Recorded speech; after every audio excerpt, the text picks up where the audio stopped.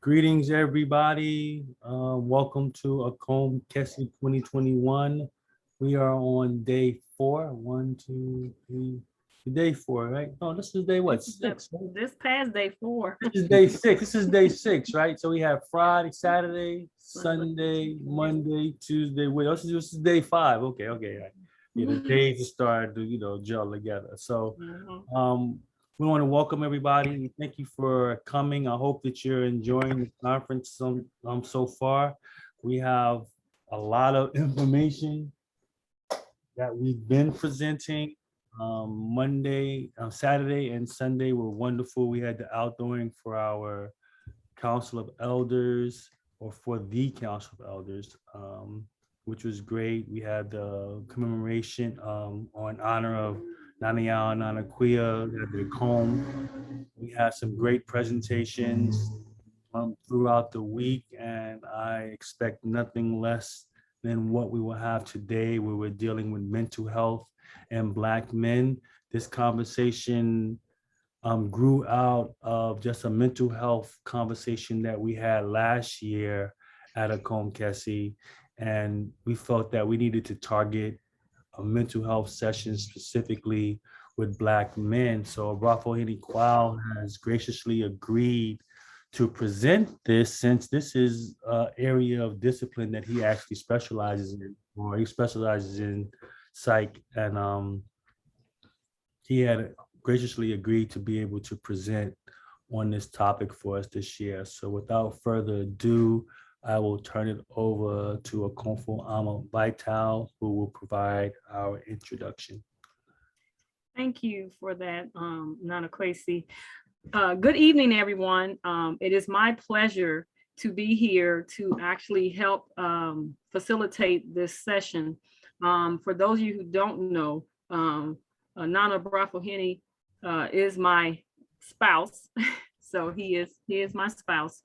So without further ado, I would like to kind of just give you a quick bio on Nana Brafo. Nana Brafo Olukwesu Kwao Vital, also known as Dr. Jonathan D. Vital, PhD, has been a practitioner within the AKom spiritual tradition for over 25 years. His initial interest in African traditional religion and culture systems began in his early adulthood while studying with the brothers and sisters of the Kadhet Haru Kara Brotherhood and Sisterhood organization on the campus of Tuskegee University. Nana Brafo Kwao went on to eventually be initiated as an Abrafo to the Abosun Nana surgery within the AKom traditional, within the AKom tradition throughout the Akan,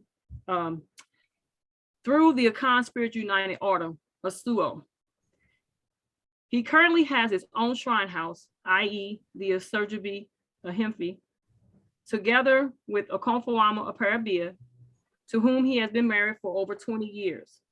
Nana Brafo Kwao was installed as a Brafo in 2003 by the elders of the Nana Surgery Shrine in Kubiase, Akupem, Latte, Ghana, West Africa. In addition, Nana Brafo Kwao is an Obasunfo to Tigre. He has 3 children with whom he, 3 children who are being raised within the AKom spiritual culture. Within the professional setting, Nana Brafo Dr. Jonathan Vital is a clinical neuropsychologist who provides various forms of mental health services. While he has expertise in conducting neuropsychological evaluations, assessing brain behavior, relationship impairments, he is also proficient at various forms of psychological evaluation, psychotherapy, and therapeutic counseling services. In addition, Dr. Vital is a certified clinical sex offender treatment specialist. And without further ado, I turn it over to Dr. Olukwesu Kwao. Thank you for that, dear. Greetings, everyone. Good evening. It's my pleasure to be here this evening. Although I'm quite exhausted from a long day, but this is something that I was definitely looking forward to throughout the day. As my wife indicated, I've been doing the AKom for over 25 years, and probably a little bit more or longer than I've been practicing in the professional field. Currently, I'm the clinical coordinator at the Center for Children, St. Mary's location. It's in Southern Maryland, St. Mary's County, and it's a unique opportunity for me because I've done work formerly in the district, so in DC, where I had a certain population, and then I've done in the periphery of DC, in Prince George's County, so it's, you know, mini DC, if you will. And then now I'm out in kind of a rural setting, so I'm getting quite of a mix, and I get to see quite a bit, you know, in that setting. So in addition to that, I have a small private practice, and by that I mean I accept referrals mainly for psychological and neuropsychological, or even sex offender psychosexuals, what they're called, evaluations. And so state agencies like DSS, DJS, or courts, and other agencies and boards may refer, like even disability, you know, cases. I'll receive those, particularly for neuropsych evaluations. So I receive those type of evals. And more recently, I've been seeing therapy clients independently. And that's something that I'll continue to grow, you know, as I balance the two worlds, working at the clinic as well as, you know, growing the private practice end of things. I was licensed in 2011, whereas I received my doctorate from Howard University in 2004, but it took me to 2011 to actually get licensed because I didn't intend to actually practice clinically. So it was my initial intent going to school at Howard for neuropsychology to, you know, basically acquire a professorship somewhere and be in an ivory tower and writing papers and teaching classes and, you know, maybe getting grants to do research. That is what I had perceived my life to be, but obviously, and the ancestors had different plans. And so I had to veer off on a different route. And I began to do a lot of psychological and neuropsychological evaluations. And my primary experience was with, in the school setting, particularly in DC, and as well as with youth detention. And so these would be young men who would either be on probation because of some offense or juvenile delinquency, or they would be inside the facility. I would go there and do the evaluation. So the Department of Juvenile Services in Maryland and the Department of Youth Rehabilitative Service, or DYRS, in DC. So in addition to doing those evaluations, and so if you don't know what a psychological evaluation is, it's pretty much a 4 to 6 or even 8 hour process, depending on what type of evaluation it is. And this is an evaluation where I'm administering certain tests to test the person's thinking abilities, their psycho-emotional stability, or the mental stability, and just how they process and cope. So that's what I was generally doing. But then as I went into DC with DYRS, I went into the detention facility. So now I'm working with these young men, you know, in that detained setting. So it was a very interesting experience. And so I have quite a bit of experience working with Black males and embattled Black males in particular. So as I said, I have my neuropsych doctorate from Howard, but before that, I had before going to get my doctorate, I was advised by one of my wife's mentors when I was in Tuskegee, that I should go work with Dr. Joseph Baldwin, Dr. Kobe Cambone in Florida A&M University. And that was what we called, or what was a community psych or a community psychology program. But the more unique quality of that program is that it was the only African-centered program, that explicitly African-centered program in the world. And so we went there to talk that talk and try to understand how to walk that walk. That was the purpose. That's why we were there. And so that experience between Howard and Florida A&M in the African Center Community Psych program builds the basis, or builds a lot of the foundation for what I'm going to be presenting to you today. And because what we wrestled with inside of that program at Florida A&M is how much of the enemy's tools can we use for our liberation? You know, what's its use to us? How can it help us? How can it hurt us? So that's kind of what I want to get into today, you know, as I review the history and purpose of the discipline of psychology. So that's one of the first things we do. We dug into what were the histories and what's functioning now. And so this approach that I'm taking today is something that was taught to me, how to approach subject matter. And so now understanding the implication for mental health in Black men. And so we'll end, so you see the totality in this title, you see the totality of my talk, what it's going to entail and how it's going to finish. You know, how we have to repurpose and recontextualize and re-Africanize. Oh, I was just going out there. Okay. Okay, so that's what we're going to go through today. Just to give you an example of why that's important. This is something that happened to me just recently. So I'm down in the clinic, right? And I have this client that I'm seeing, a young man, he's 14 years old, young Black boy, what they call biracial now. You know, back when we were growing up, everybody was Black, but now they have this new thing, biracial. And he kind of was big on that.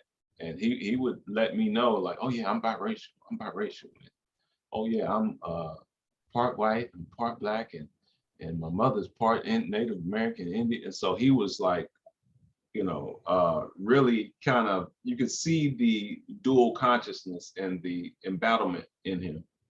And so in this young man, during the course of the evaluation, so he had committed some sex offense for which he was seeing me. And so what I was doing was a psychosexual evaluation to determine for the state, for Department of Juvenile Services, how much of a risk this young man is to reoffend, was the purpose. So what I have to do with these evaluations is I have to build a lot of rapport, because in a short period of time, it's a long time to be sitting for one evaluation. But in terms of understanding who this person is, it's a short time. You know, I have one day, essentially. So I have 4 to 6 hours to get to know this young man. So I have to build a lot of rapport in that time. And I'm being genuine and authentic, because, you know, the way I'm seeing this is a young brother. And so, but in the course of that, he relayed, as well as his mother relayed to me, of the problems he was having with his father and the irregularity of his father, and how he was at a stage of life where he was desperately wanting to have his father in his life. And it just wasn't happening. The mother was worried to, you know, reconnect him with the father, because she's like, I know he's gonna let him down. And so, but he was like itching for it bad. And so during the course of the eval, he just said to me out the blue, Mr. Jonathan, that's what he called me. He said, Mr. Jonathan, can you be a father figure to me? And I was shocked. I was like, oh, snap. But I'm hamstrung though, because as a licensed, practicing mental health professional, what he was asking me presents a conflict of interest. So that's something that would be an affront or be put my license perhaps in jeopardy to engage in that. But I'm seeing that he definitely desperately needs it, and he's asking me for it. So now I'm awkward. So now I have to explain to him, this young man who's, I built this rapport with, and now he's seeing me as a viable solution to his problem. And now I have to turn him down and let him know, well, that will be frowned upon with regard to my license, and they won't allow me to do that.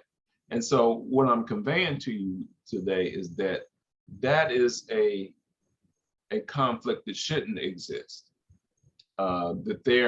We should be able to reach out in appropriate ways, but with necessary caution and boundary. But we should be able to reach out to provide what's substantively needed. But there are limits to what that he was being brought to me to help, or to ostensibly help in a mental health issue, or with a mental health issue. But I was bound, or I was limited in what I could do. So there's that hamstrung or hamstring factor that we experience in attempting to practice in this way. And I met with that type of phenomena even working with the youth in the youth detentions in Maryland, because I worked at Cheltenham Youth Facility in Maryland, and YSC, which is a youth service center in DC. And again, there was this barrier to where I could kind of show them, a face or a presence, but it's really wasn't too much I could do to actually help them or give them what they needed. So, and people would ask me when they found out where I worked, it sounds laudable, and people are like, oh man, that's great, man. Like, you're a good person. Yeah. But I'm like, it's like, so you think you're helping? I'm like, no. They're like, what? You're not? I say, no, not like what you think. I can't, the way the system is structured is not designed for me to help them. And it's very limited, the access that I have to them. So to be honest with you, no, I'm not. And my role there, and so you have to be clear about what your role there is. Your role there is to get them to comport and to get them to adjust and to subdue them.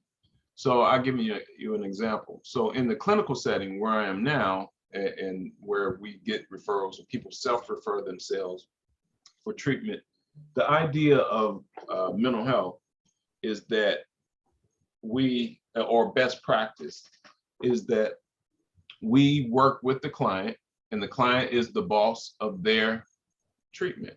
And so they are the ones, we guide them in the development of their treatment plan. So what is it that they want to achieve? What are the goals? All right. Or what's the problem? What is the goal? And what are the objectives? How will we know that we're tracking towards the goal? And then I determine the interventions. So that's what I determine is the intervention. But they identify the problem. They determine the goal, and they specify objectives or agree. We collaborate on objectives, and I determine the intervention. That doesn't happen in the detained setting, where I'm meeting masses and masses of young black men. There, the clients that are brought or that are referred to me, or that refer themselves, are those who are usually out of line. So my role is to get them to be in line. And so the treatment plans are not collaborative or initiated and developed by themselves, but they're initiated by us as the mental health staff at the behest of the administrative staff, or they're directed by the administrative staff. So that context is totally devoid of anything that is really productive to these young men. So that's how I want to really give you the framework of where we want to go with this discussion. So let's see here. All right. To begin with, I want to establish the fact that mental health and psychology, has not been anything that's new to us as a people. It's not necessarily identifiable to us now, and the way Western and contemporary culture defines the world at this point.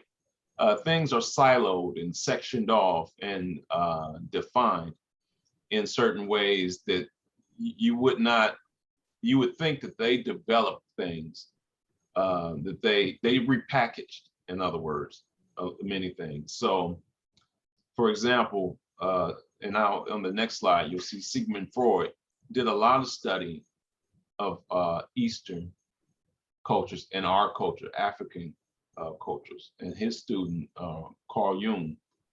And there are various of the various ones of the pioneers who have dabbled, into our sciences. And so what they've done is they took the way they understood it and made it useful to them, and they repackaged it and called it a discipline. And so here you see where not only did we coded within art and spiritual art and cultural art or representations, we coded our understanding of spirit, of mind, and of biological or neural anatomical structures. So these symbols here, these actually allude to actual biological neural anatomy. So in centering things, we center things on the forehead as indicating the pineal gland and certain other subcortical structures. So in ancient Kemet, so you have the Uraeus or the Wachet, the serpent, and the Nekhepet, I think it's called, the vulture, coming out, from the forehead. This was a representation. I'll show you later on when you see, I'll show some brain structures. And you can see how these structures are representing the spinal cord rising into the midbrain and then to the limbic brain. And we knew that these were the activating structures, to life and to essence and to waking and to coming into being. So we represented those things. And we had a vast philosophy and theology and an anatomical understanding of these structures. And this was not just limited, to Northeast Africa or Eastern Africa, but these are representations of what you see, the cultural unicity. You see the dual structures, the right and the left hemispheres, as represented as a duality, and that you will see in the actual physical brain, and recognizing certain subcortical structures as being the seat or the foundation of consciousness. So that's where your conscious awareness comes from those brainstem activations. And from there, you elevate. So you have it represented as a bird. You take flight or have a higher upper room, bird's eye view of the world. So we understood that. And so what is now codified into discipline in our contemporary time was ubiquitous. I think that's the best way to say it. It was diffused throughout different aspects of the culture. And so, in other words, when I'm telling you, if someone comes to me, if I'm going to be an appropriate resource for that person, what I'm doing for that person is helping them to understand how to use their current environment as a resource. And so what I tell clients when they come to me, that I'm unnatural. I'm not a natural process. So what I'm trying to teach you to do is to get what you're getting from me from your environment, and to establish these what you're getting from me in your environment. So that's, if I'm going to truly help you or be a benefit to you, that's what I'm doing. So we had that, is what I'm saying, in our culture.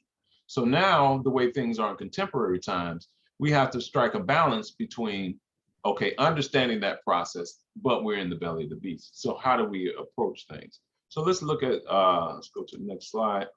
And so this is just, again, in the spirit and tradition of how I was raised up and taught at Florida A&M. Let's look at the history of psychology, of Western psychology. And this is just a quick snapshot of that. And I want to take you through trends, is pretty much what I want to show you. So even to this day, Sigmund Freud is a popular iconographic figure of Western psychology, but he fell out of favor, or his way of viewing psyche fell out of favor. But his way of viewing psyche was very closely, I want to say tethered to, but it was very close to what he did. A lot of studying in Kemet, and he did a lot of studying in esoteric sciences. So this was a little too close to old world systems.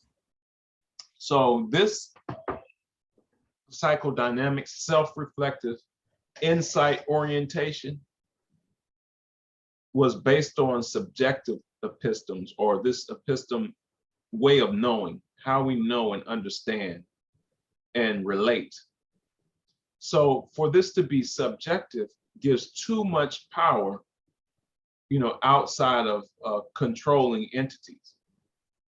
And so if you study trends of history in general, and at the end of the 18th century, the 19th century, or the late 1800s, so the late 1800s to the late 1800s and the early 20th century was a very important period, particularly in American history, but throughout the West. It was very important because a lot was happening then.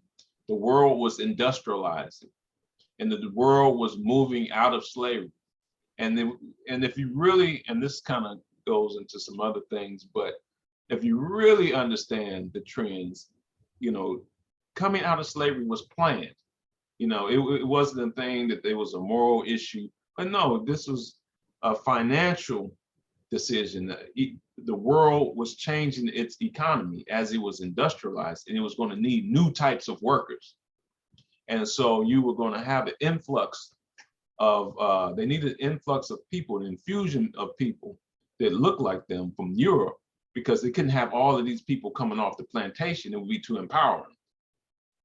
So they had to have, that's what that wave of immigrants to bring you tired and you're sick and all of that foolishness, that's what that was about.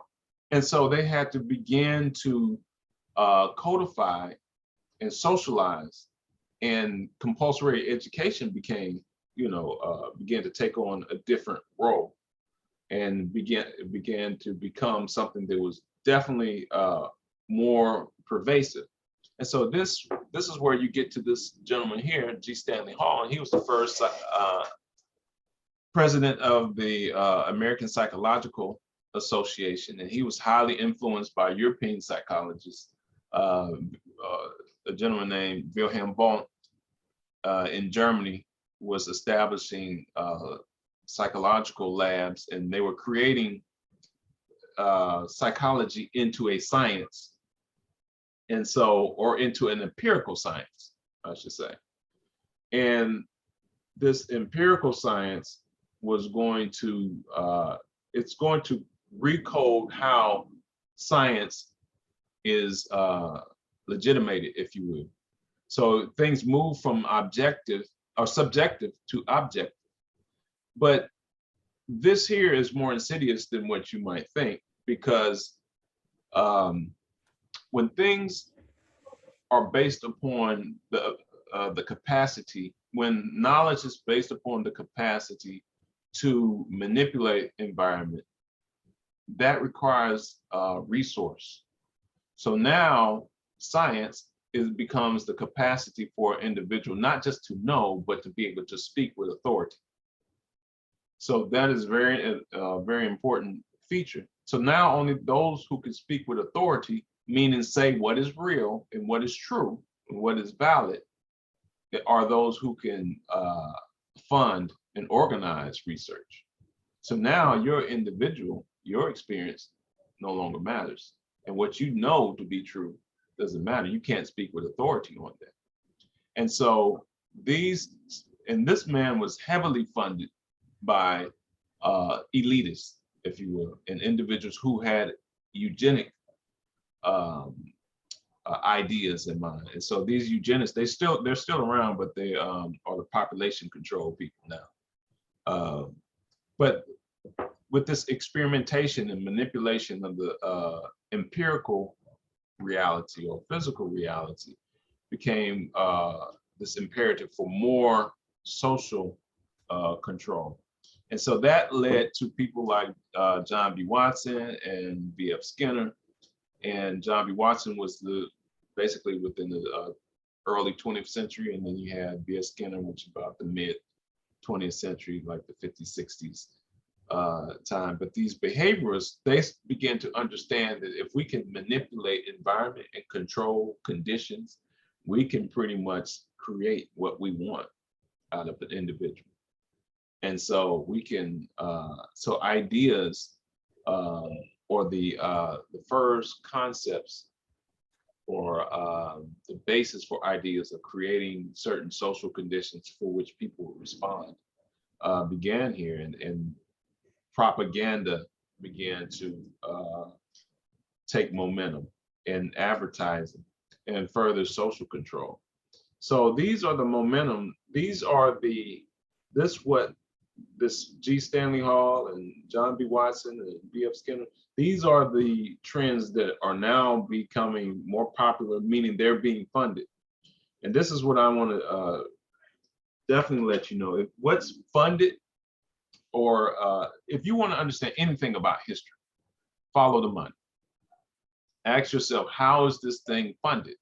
Who financed this? No matter what it is, if it's a war, if you want to understand Islam and the spread of Islam, look at who financed that. It took money for those jihads. So if you don't know who financed that, you really don't understand what you're looking at. So this is what we want to understand when we are trying to understand the basis of psychology. So now the discipline began to move, and with research, other schools of thought came into being. For example, the cognitive psychology movement, and this is the understanding of brain processing or information processing.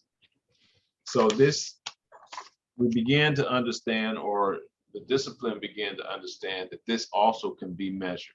And so now so cognitive basically is thinking.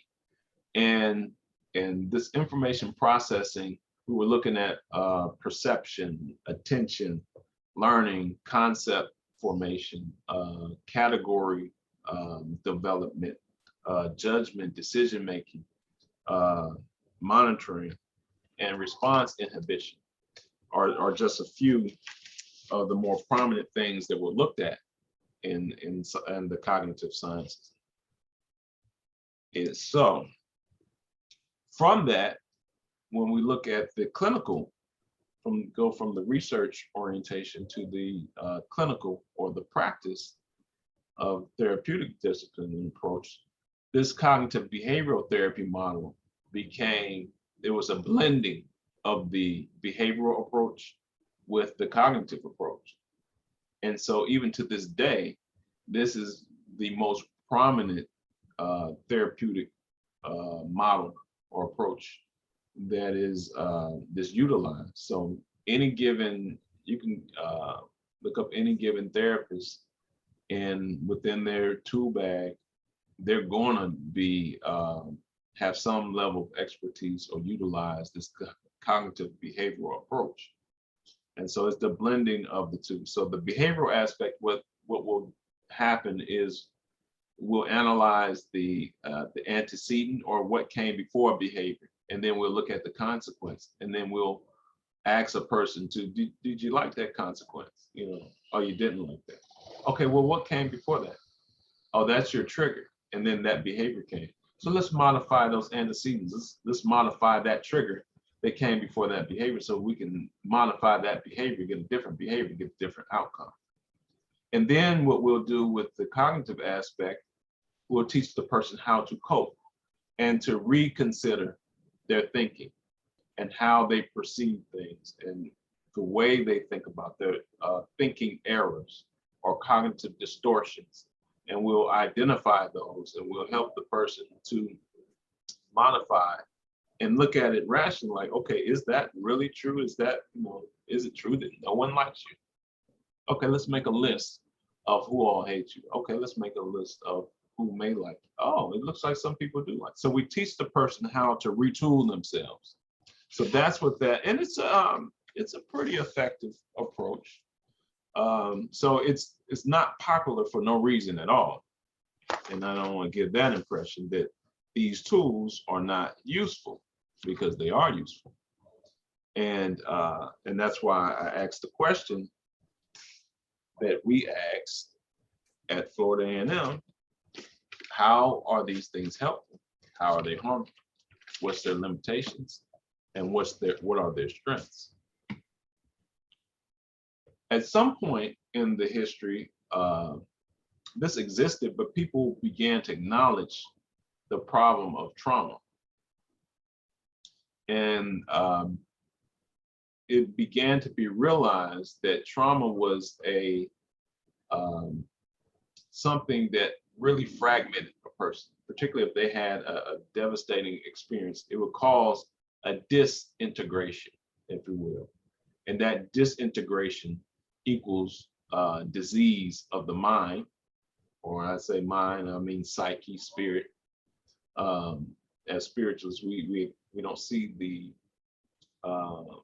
there's a fluidity or there's a unicity of mind and an expansion of mind, which we acknowledge as spirit.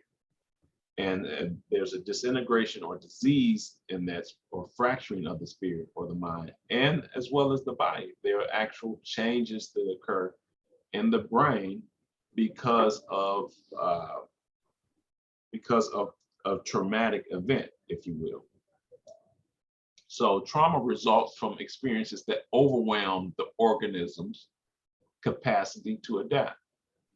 So the person, or even could be any type of living organism. So when you can't adapt and you're overwhelmed, that's when something can be identified, or an event can be identified, or the interaction between the event and your response can be identified as trauma. It's caused by terrifying, threatening, confusing, or disorienting experiences that cannot be resolved by the individual within the situation or as a result of the circumstance. So that's a working definition of trauma. And the reason why this became a problem, I think it's in the next slide.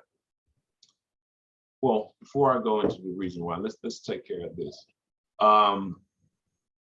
The problem of trauma was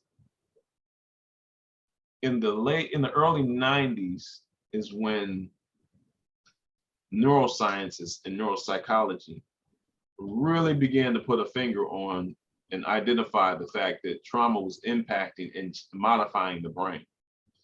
And the reason why I'm calling this or referring to this repeatedly as the problem of trauma is because these CBT approaches, these cognitive behavioral approaches, and these talk therapy approaches was not getting the job done they were not getting the job done when it came to traumatic events.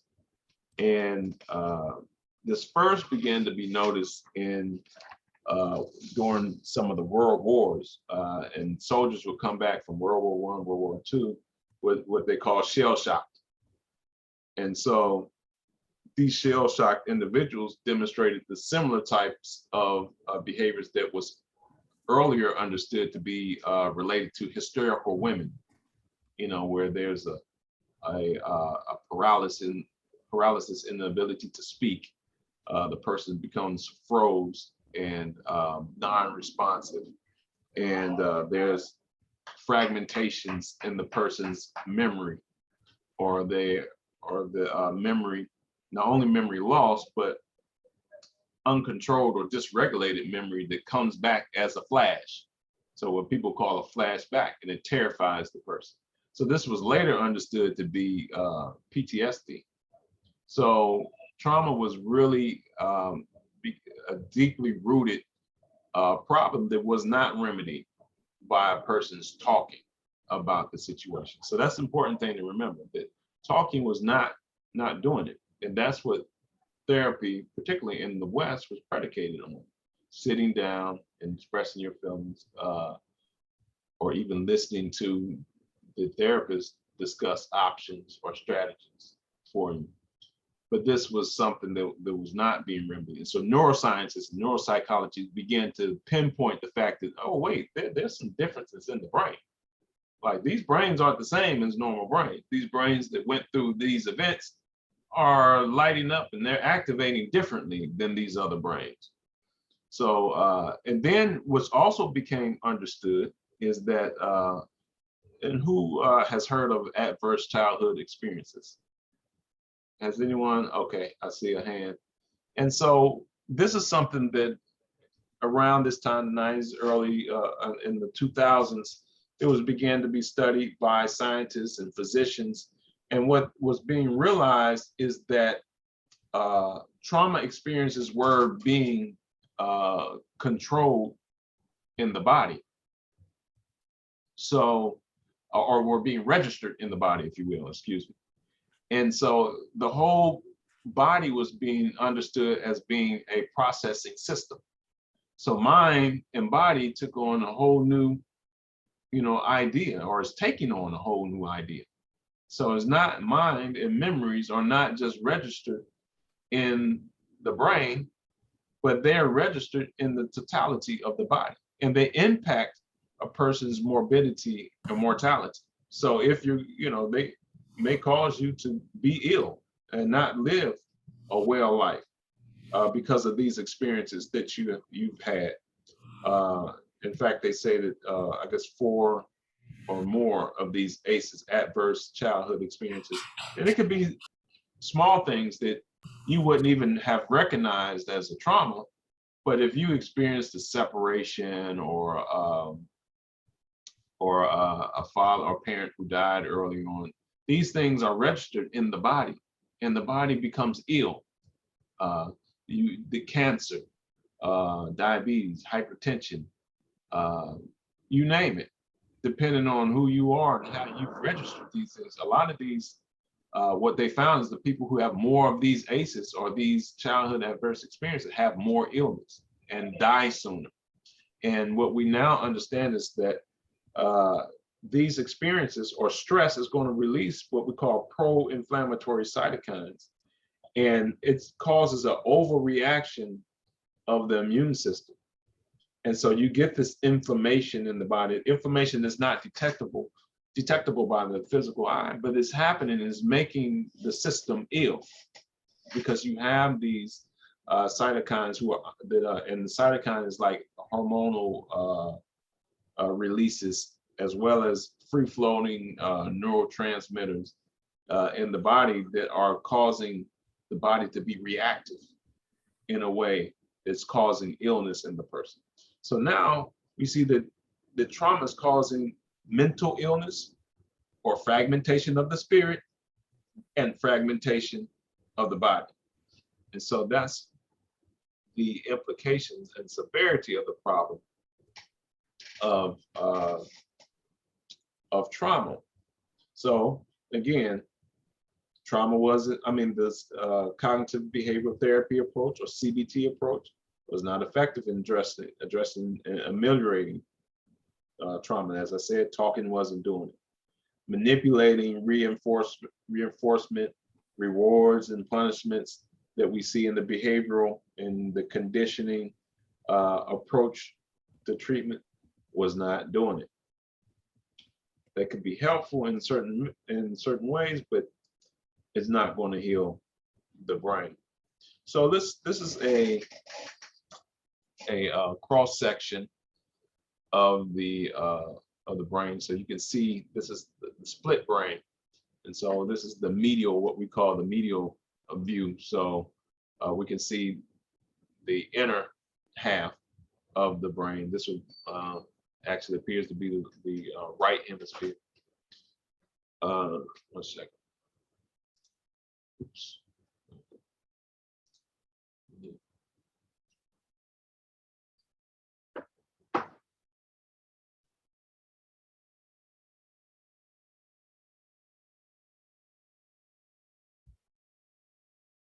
Okay.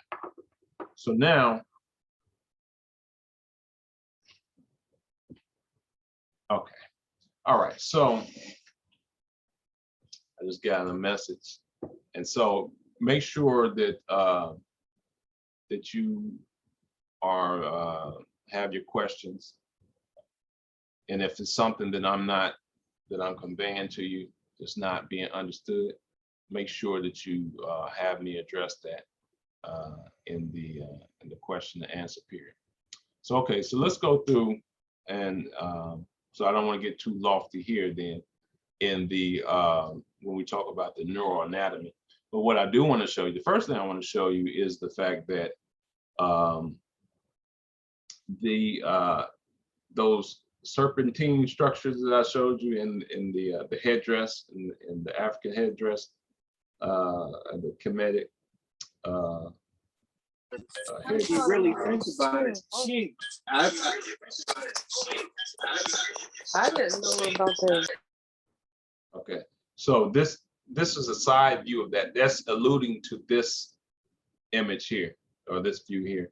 And so where you would have the pineal gland or the third eye is going to be registered right here. So you can see how it aligns with the forehead.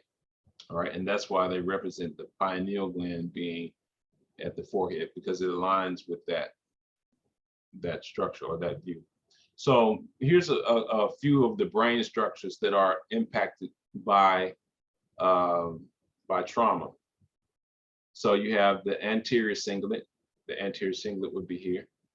All right, so this gyrus. So the folds that are in the brain is what we call the gyrus or gyri in plural.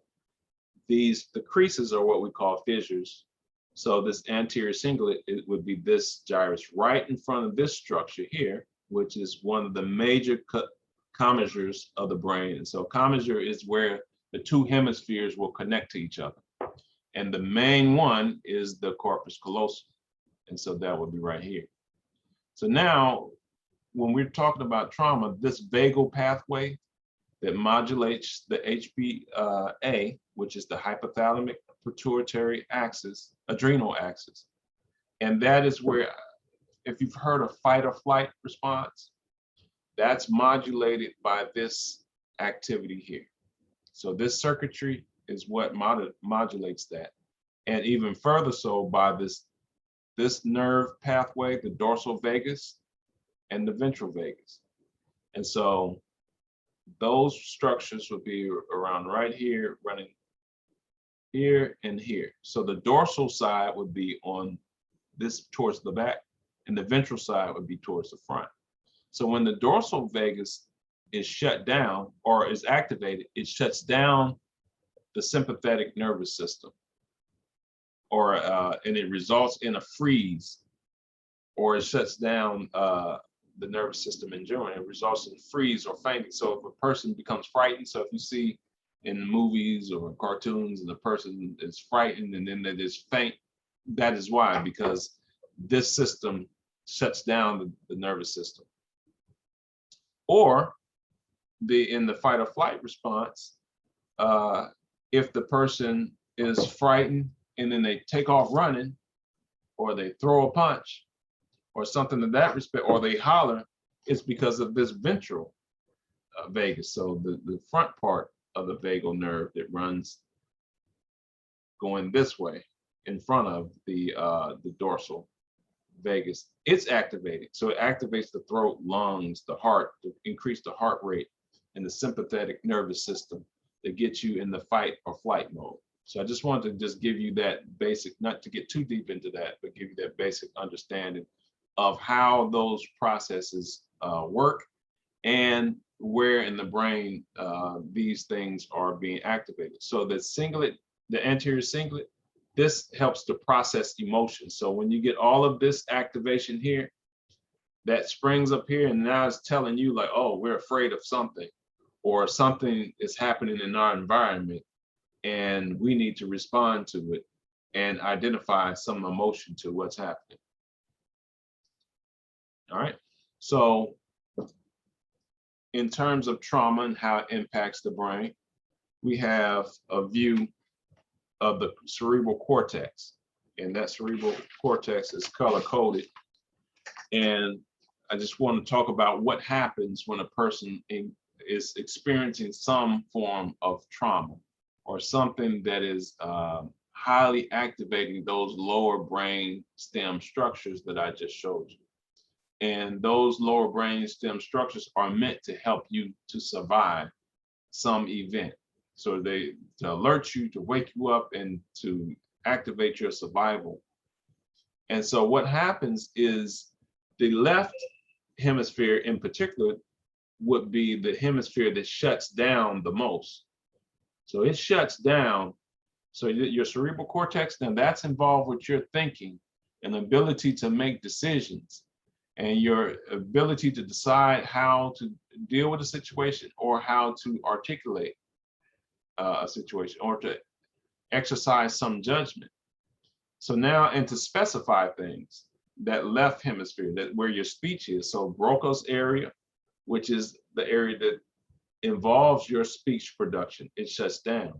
And you are not able to, if you ever watch a movie or a cartoon or whatever, and they show somebody that's afraid, and all they can say is hamna, hamna, hamna, hamna, and they can't. Well, that's what that is depicting. It's depicting that the left hemisphere is shut down and they can't speak, and so they stammer and stutter, or they can't. They experience alexithymia, which is an inability to even know how you feel, or to be able to express how you feel. So while these processes are being deactivated, this right hemisphere is lighting up. So the right hemisphere is going to be that hemisphere that's going to help you interpret the world and to understand meaning. And so when you're understanding this meaning,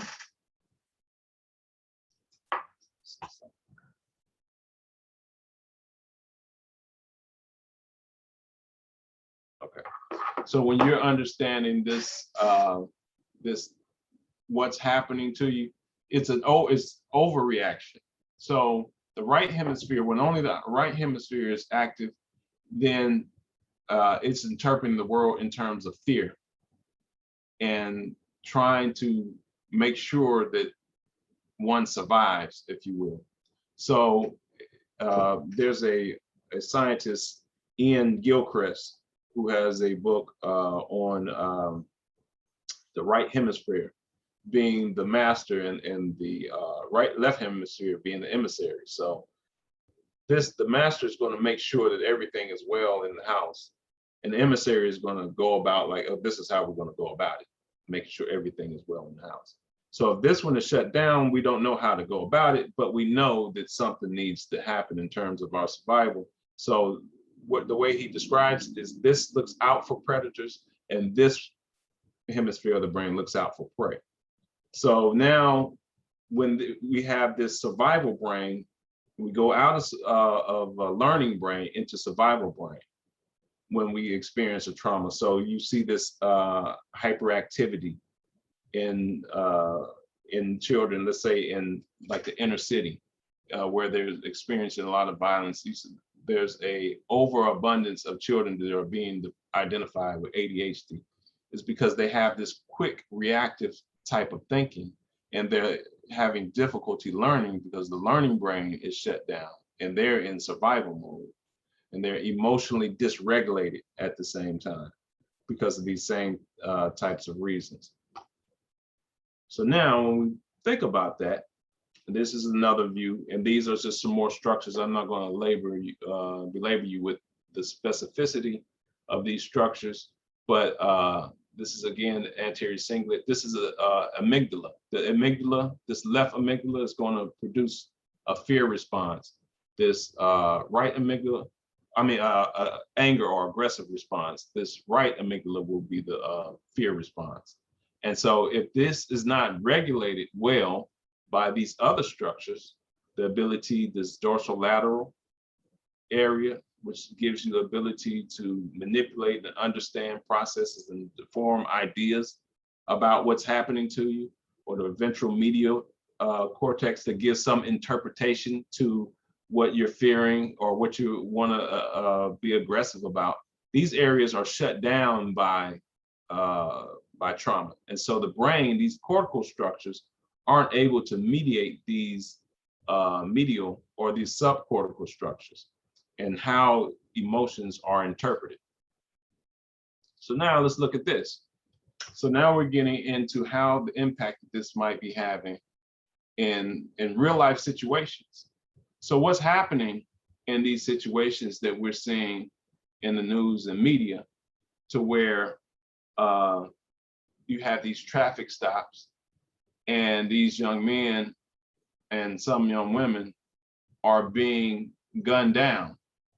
So one of the things that you may notice is not only is the officer overzealous and seems to be trigger happy and desirous of taking us down or out, but what you see is in many instances that you may ask yourself, well, okay, this shouldn't have happened to them, but why did they respond in that way? Why are they just gripping the steering wheel and say, what I do, what I do, what I do, what I do? And no matter what the officer said, what I do. And so the system begins, or the situation begins to escalate because they're not responsive to commands. They're not able to articulate themselves like, okay, officer, what is it that you need?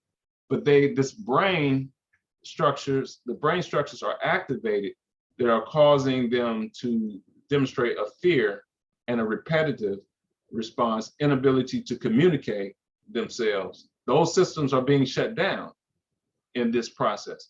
So it kind of promotes them or leads them, escalates the situation to where it's seemingly that the officer is getting what he wants to get out of the situation. You're behaving in a way that allows him to be able to pull that trigger if that's what he's desiring to do, which it seems to be in many of these cases. All right, so now let's look at how even Western medicine. Just quickly to dive in here. So you're saying that because Black men are fearful of the police when they're getting stopped by the police, they are going into this, I guess, survival mode, or a mode where they're unable to reflect in terms of what's happening with them. And because of that, the policeman is responding in his way and is becoming justified in what he's doing because there's no communication that's going on. Well, I'm not saying that the police officer is becoming justified. I'm saying it gives him a plausible excuse to carry out, his plausible deniability. It gives him what appears to me what he wants to do. But what I'm saying to you, if you cannot fall into, you can take action or behaviors that will cause you not to fall into that trap. In other words, it seems to me that they are baiting us into these situations. But because of so portion of what you said, yes, I'm agreeing with, that we're having a fear response that's not allowing us to think through the situation And so we do things like, we just leave me alone, man. Just leave, and we just get up and walk away, or fight or flight, or we just freeze, or we are not able to. We just repetitively say the same thing. I mean, leave me alone, man. Leave me know what I do. What I do. What did I do? But what? And so what happens is it creates a situation to where when these events happen, what do they say in the media? And when you listen to, I don't know, I listen to C-SPAN and all these type of things, and you hear what the white population will say, like, why didn't that guy just comply? So they don't understand the trauma that we've experienced through our historical, process. And we've been constantly being brutalized in this culture. And we've been constantly being brutalized, and historically and contemporary, been brutalized. So when we encounter situations like a police officer, it sends fear signals to us. And then we start to, certain of our systems begin to activate from a fear response. And so we are not doing things that are we aren't able to articulate ourselves. We aren't able to think through and make prudent judgments about the situation and prudent decisions about the situation. So we become overly emotional and reactive. So I'm not saying, so please don't mistake me to be saying that the officer is justified, because I don't believe that at all. So, Pacha, just quickly then. So, I mean, I understand and I hear what you're saying, but I'm also of the persuasion that the officer is afraid, and That the could be mental true. thing that's happening with them because they are afraid of Black men, these highly trained officers, and I think it's just because of all the things that they've done throughout their history, and then this is like a kind of a manifestation of it, because they are afraid to deal with a Black man as a man. So when this situation comes and the adversarial situation comes down, and because they have a gun, because of their fear, because quote unquote, I was afraid for my life, that we always hear about, you end up getting in this situation. So I really do think there's something to that in terms of their psychic, and really at some point really being afraid. So, but I know this is, but go ahead, I'm sorry. No, that's very good. And I totally agree with you. Actually, I totally agree with you. And nothing that I'm saying actually negates that as a reality. So, but I'm only speaking to us, and our mental health and how we're processing the experience. But that is another side of how they're processing, because I do believe that those activations are occurring on their side, and so they're not thinking rationally in many instances. Some of them are cold-blooded killers, and then some of them are, they see a Black body and they see, they hear that booming masculine African voice, and those broad shoulders, they's like, okay, this guy's a monster and this guy's an animal. And so their heart gets to racing, and then that activates but the same principles are activating, but he has the gun and we don't. So I'm totally agreeing with that. And I actually appreciate you bringing that aspect out, because that is the other side of the coin. That's very true. There are a few comments in the chat that I don't want to get lost. From Alma, she says, I understand your point, but many Black men do comply and still have the same outcome. No, I'm not, and I'm not talking about them. So I agree with that. And I'm not talking about them. And yeah, you do have some guys who are some of us who will, so this is what I'm saying, is not justifying the police, or not at all, not in the least bit.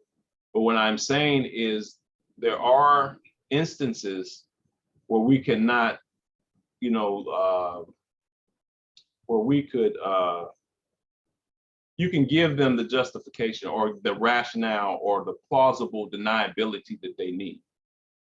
You're more likely to have favorable outcomes if you're able to think through, you can chess move through the situation. You won't make it easy for them to justify and for them to say, okay, that guy didn't comply. So, but no, like I said, I think that some of these officers are murderers. I think that I believe what Nana Kwesi is saying, that there are some that there's a fear factor that they're experiencing, and that, the way they perceive us. And so that's part of it. Some of them are murders, like what you're suggesting, that, you can be totally comporting and complying, and they'll throw something in your back seat or throw a gun next and then do their thing. So we've seen that too. So not speaking to that. So that's a reality. So what I'm saying is not, we can't speak to the totality of every situation. Every situation has, there are factors in every situation. But what I want to speak to is our mental health and how we respond in these situations, and how our young men have been, what I'm going to get into is how the lack of certain capacities that we've been cultivated with, or that we could be cultivated, that are not, that will disallow us to address those situations more effectively. So, more. So someone, the same Alma says, that's true, Kwesi. That is evident in the policing and the education of our Black boys. Nana Adjua says, they have been trained to fear us and respond in fear, which is basically what you and Nana Kwesi are basically talking Right. about right now. I agree with that. Nana Sarah says, to the speaker, have you ever, or would you consider having police officer, including a Black one, as a friend or partner? Lastly, what are your thoughts about those in the AKom community who are police officers or have them in their families? So the first part of that question is, would I have them as a friend? Mm-hmm. Partner. Like a police officer. Mm-hmm. I mean, my son's former coach from last year was a police officer, so, and to be honest with you, the whole basis of this discussion, what I'm saying is that many of the places that we're employed and many of our occupations were developed out of the beast. So I'm saying that about my discipline is not any more pure than a police officer's discipline. And that's what I was meaning to say in the beginning. That's why I have to look critically at my discipline and say, hey, I may want to, pop my collar because I went into this youth detention and I'm talking to these boys, but let's be real.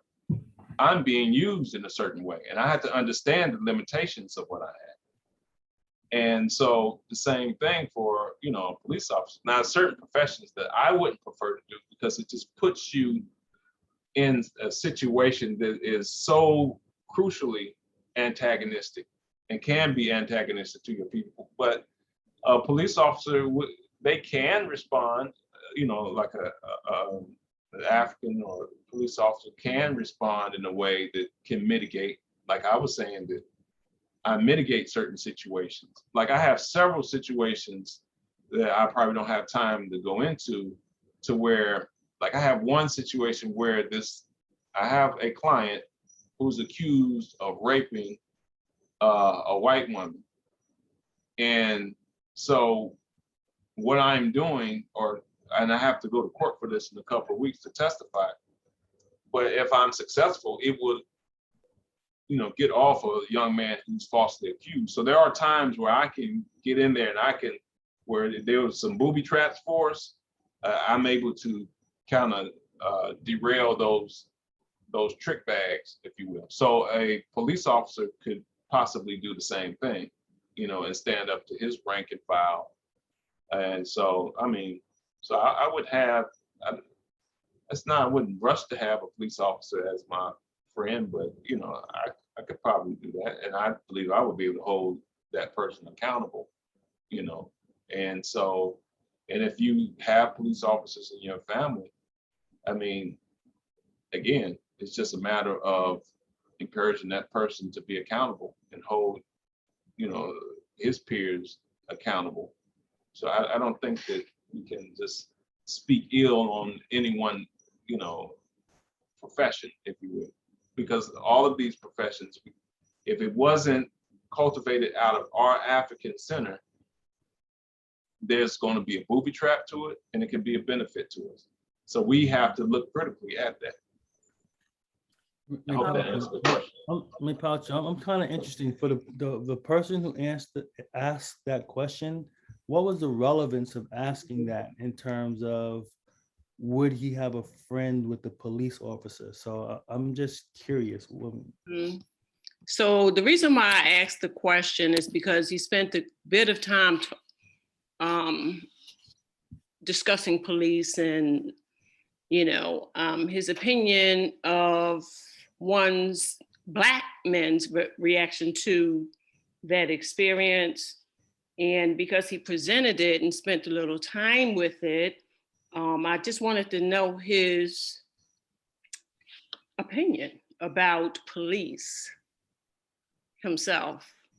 Are you saying that am I friendly to police or am I No, police? no. I asked the question because you spent time on it during your presentation. So my question was relevant to that specific area, but what sparked my curiosity about it is your opinion. I know that you're a clinician, excuse me. You're a Black man, you're in a kind community, you're, a healer. So, all of us are here, we're family, we're all, trying to learn from you. And I wanted to hear what your personal opinion about would you consider having one as a friend? I mean, you're talking about trauma and, you fit the category of the subject that you're relating it to. So I thought it was a reasonable question. I hope you answered it, Kwesi. Hello? Yeah, I mean, I'm still not clear on the implication of if I would or wouldn't. So I think that might be what Kwesi was asking. Yeah, so I'm not clear on the implication. So if I say that I would have one, I don't understand the implication. Or if I say so let me I give you an wouldn't. example. Yesterday we had a presentation. Right. And people posed questions. And I posed a question to the presenter about his opinion as it relates to the topic that he presented. So if my question had absolutely nothing to do with Black men, the police, anything that you were talking about, then it would be irrelevant. So it's absolutely consistent and reasonable with the subject that you were talking about. Hello, this is Andrea Moa. I just want to be clear. Are you suggesting that he could possibly have a bias by how he presented the material in regards to police officers? I'm not suggesting anything. I'm not assuming anything at all. So the fact that he has, I guess what it sounds like to me, and if I want you to correct me if I'm wrong, if he had a friend that is a police officer, what, if anything, would that have to do with his opinion on how he presented it? I'm not sure I understand your question, honestly. I don't know. Okay, so I don't know what the pushback or the challenge is to just my question. It's not a pushback. No problem. I'll rescind the question. I'll rescind the question because No. We're just trying to get clarity. We're just trying to understand what you're saying. It's a little confusing. So the reason I'm asking was just to get clarity on the reasoning behind the question. I don't understand why the question. So my question was just trying to filter it out. It wasn't to come at you or to dig or anything of that nature. And if you got that, I sincerely apologize. I'm just trying to filter it out just so we can get clarity. I mean, Pacho, I think it's time for us to move on from this. Let's think do that it's really time to move on. Because Every I don't want to is a valid question if somebody has a question. So let's just move on. So what that there is some valid questions that we need to get to in the actual. Well, before we get to those, let me, because there's some important points that I want to hit, and I don't want to get lost in that particular instance that I gave with regard to how dysregulated neural activity can manifest. So I was just saying that with the police situation, that's just one instance, and how you could be in a situation and you cannot be at your best in terms of decision making. Because what I'm trying to help you understand is that when trauma happens to a person, or when these systems activate, they disallow you from being at your best in terms of dealing with a situation. And that's what trauma is. It causes a disintegration and ability to get an effective outcome. So I'm not saying to promote one side over another, but I'm just saying that if I'm in a situation like that, or if I'm in, let's say if I'm in a combat situation, I don't want to, where the person is clearly gunning for me, and the person clearly does not like me, because I'm on the other side. It's simply because I have another uniform on. So in that situation, I don't want to be dysregulated, and I don't want to function in a way that's going to put me in the likelihood that that person will get me. I want to function in a way that I'm more likely to get them. So you can take it away from the police officer situation and still apply this to, let's say, a combat situation. You know, so it doesn't, the morality is not the issue. It's so much more it's the effectiveness of your ability to get outcomes. And what I'm saying is we are activated in those situations and disallowed from being able to get the outcomes, or better outcomes, or likely outcomes that we would desire. So that's all I'm saying. There's a comment that says, unfortunately today on the news, a Black officer is being charged due to his violent attack on a brother. They have assimilated to the point where they feel that they have to be as violent as the white officer. Another question is, how would you suggest that our men respond in such situations? Okay, good question. I like that question. I think that question will kind of bring us to where I want to go. So in the response to that, let's continue, and let's see if I can respond to that by continuing, if you will. So what I'm saying about these systems and the Western model, even they are realizing that the old behavioral approaches aren't working. And so now they're looking more honestly, like Freud was doing and Jung was doing, at our traditional and Eastern systems. And so they're realizing that what is more healing is of trauma is things like the experiences that you have, like and activities like rites of passage, where you have challenges that are set up, but these are controlled challenges. And when you make it through and are supported through those challenges, you elevate and you elevate your consciousness, and you alleviate some of the traumas that you may have, or sticking points that you may have had. So you change brain circuitry through imagery, through meditation, through movement, yoga, dance, rituals. We understand now, when I say we, I'm speaking of the discipline of psychology, is beginning to understand that these are important aspects. So now, hopefully getting towards the answer to that question, what's also being understood is that the aspect of play. And so now we're talking about Black male psychology. And now where that is beginning after the mother, and we'll get to the mother next, but we're getting with the activity, the engagement of the father. And so what they're understanding is that when fathers see their son and they rough and tumble and wrestle with them and punch them and do certain things with them, that is an experience that's developing neural circuitry, that's developing a sense of competency and capacity in that child. So then you see they begin to build discernment and discretion, and they're able to now assess. So now if you wrestle with that child, you're giving them a playful situation but it's developing some adversity that they have to figure out how to overcome, some hardship that they have to endure. So now when this young man grows and develops, let's see, cursor.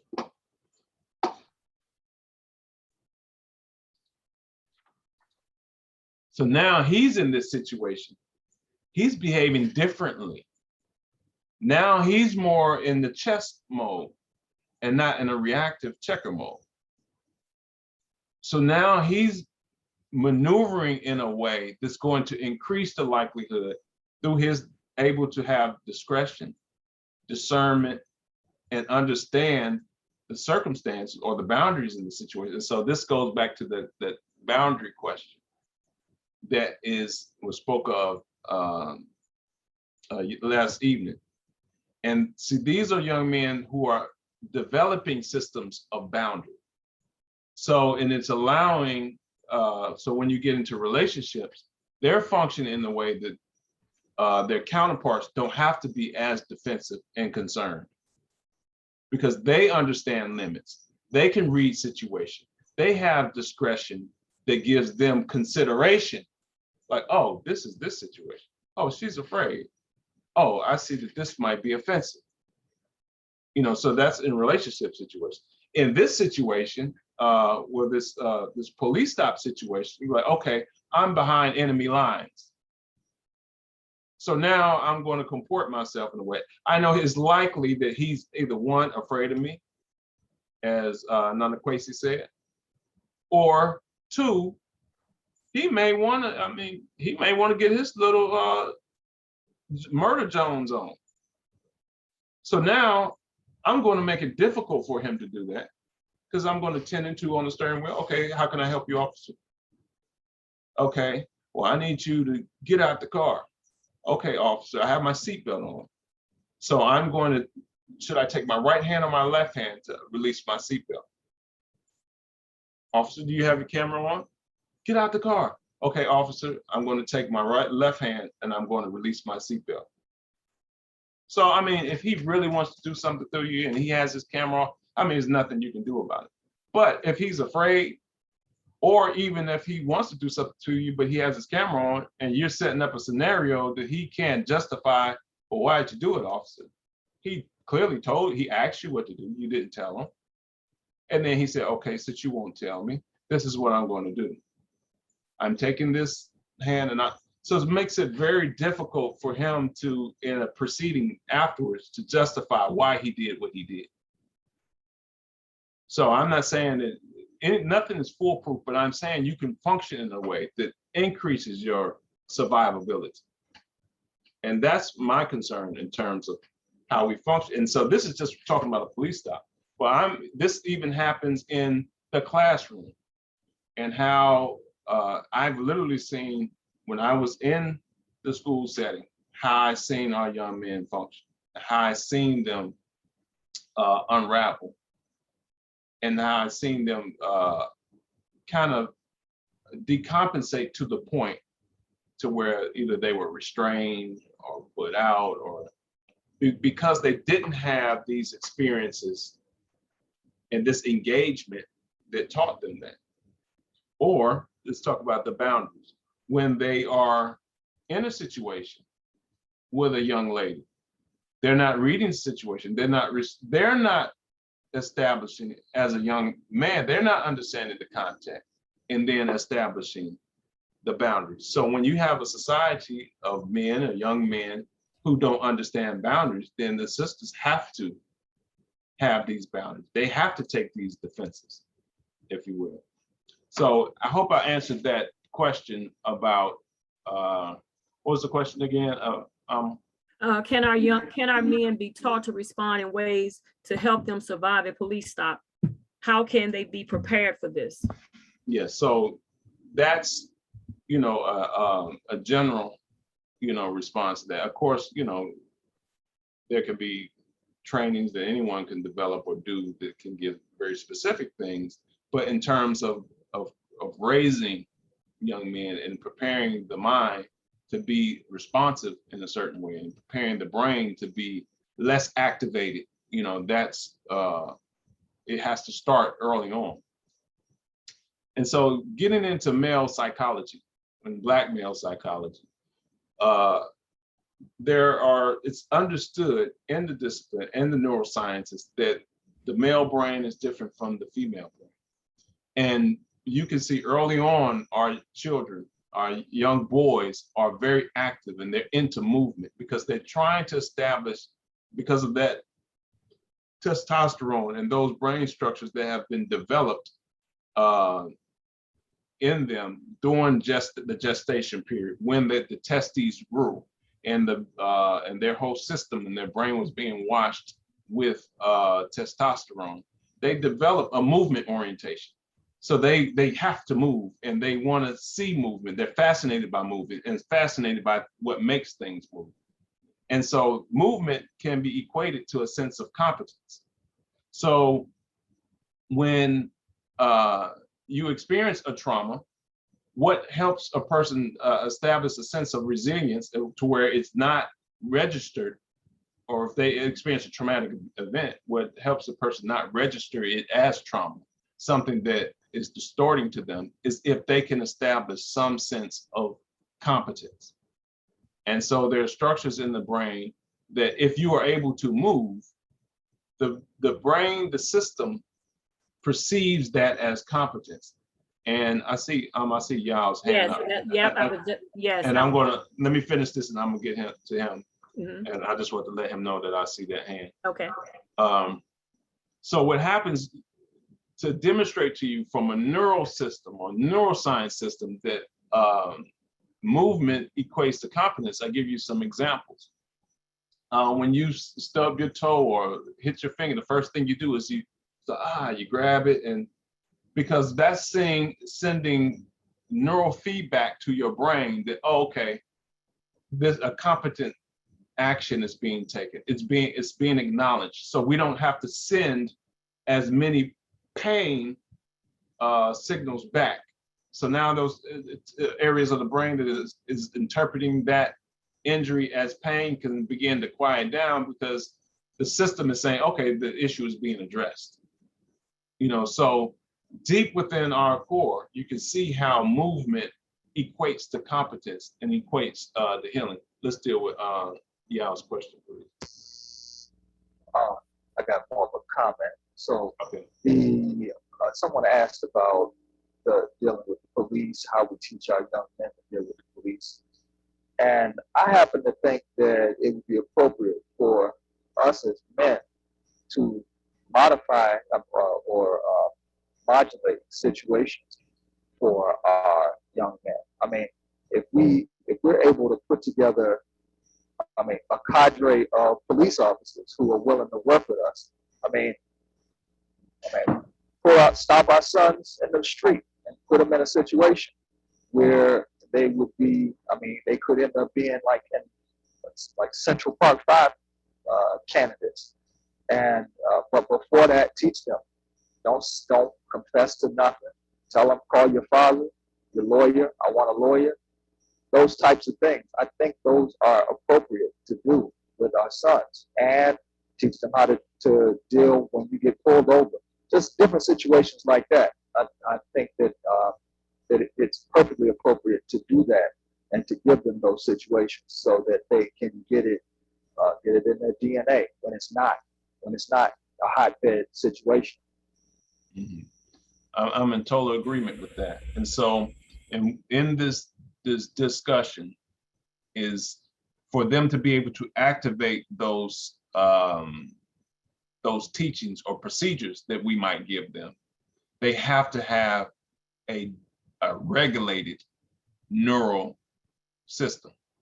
So that's why it's important, in addition to giving them instruction, that they are raised in a way, and we deal with their latent trauma if we haven't been there, to raise them. If we deal with those issues that will allow them to access those procedures, to access that instruction, that's going to be, the important aspect. And someone just mentioned in the chat that, we can let our men act out roles in the scenario.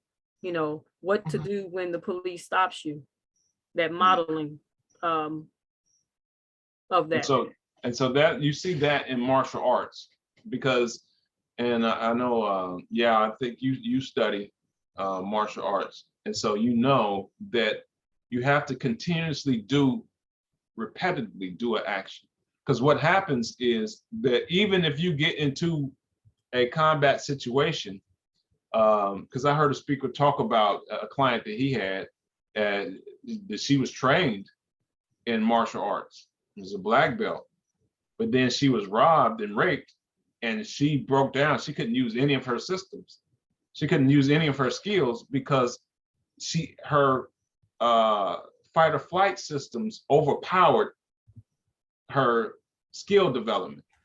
And so she could not activate, and she couldn't think about how to use, what skills to use and what approaches, defenses to use. So the way she remedied, she dealt with the trauma event, but then she overlearned, make sure that her skills were overlearned, because when that fight or flight response hits, you're not going to be able to think through a situation. You're going to go in automatic mode. Now, if you're well trained, the automatic system that you will go to is going to be beneficial and helpful to you. So you don't have to think about it. You just go through those actions, because you're not going to be as capable of thinking through a situation if that system activates, is what I'm saying. So this slide here just kind of demonstrates a Black male disengagement with mental health services and treatment.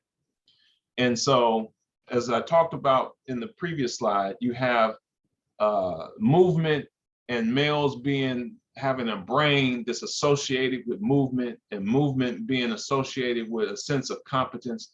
And the male body and the male brain is geared toward wanting to have this, to establish a mastery over the world. So we build identity, around our competence and our mastery. So you have men, talking ad nauseum about, we deal with ranks and competition. So he's like, oh yeah, this person is the best, basketball player of all time, or this is the coldest rapper, or this is, we enjoy that type of activity, ranking and seeing where we fall in the pecking order, and what's our skill at identifying people who are proficient at certain skills, and where they would fall, how accurately we can identify where somebody falls in the pecking order. Those are things that are masculine oriented. And so we identify with those abilities. And so we come to the world wanting to establish some sense of competence and some sense of mastery. And when we approach a mental health situation, particularly for Black men, where now everything about our society has tried to invalidate us and to allow us to have any sense of competence.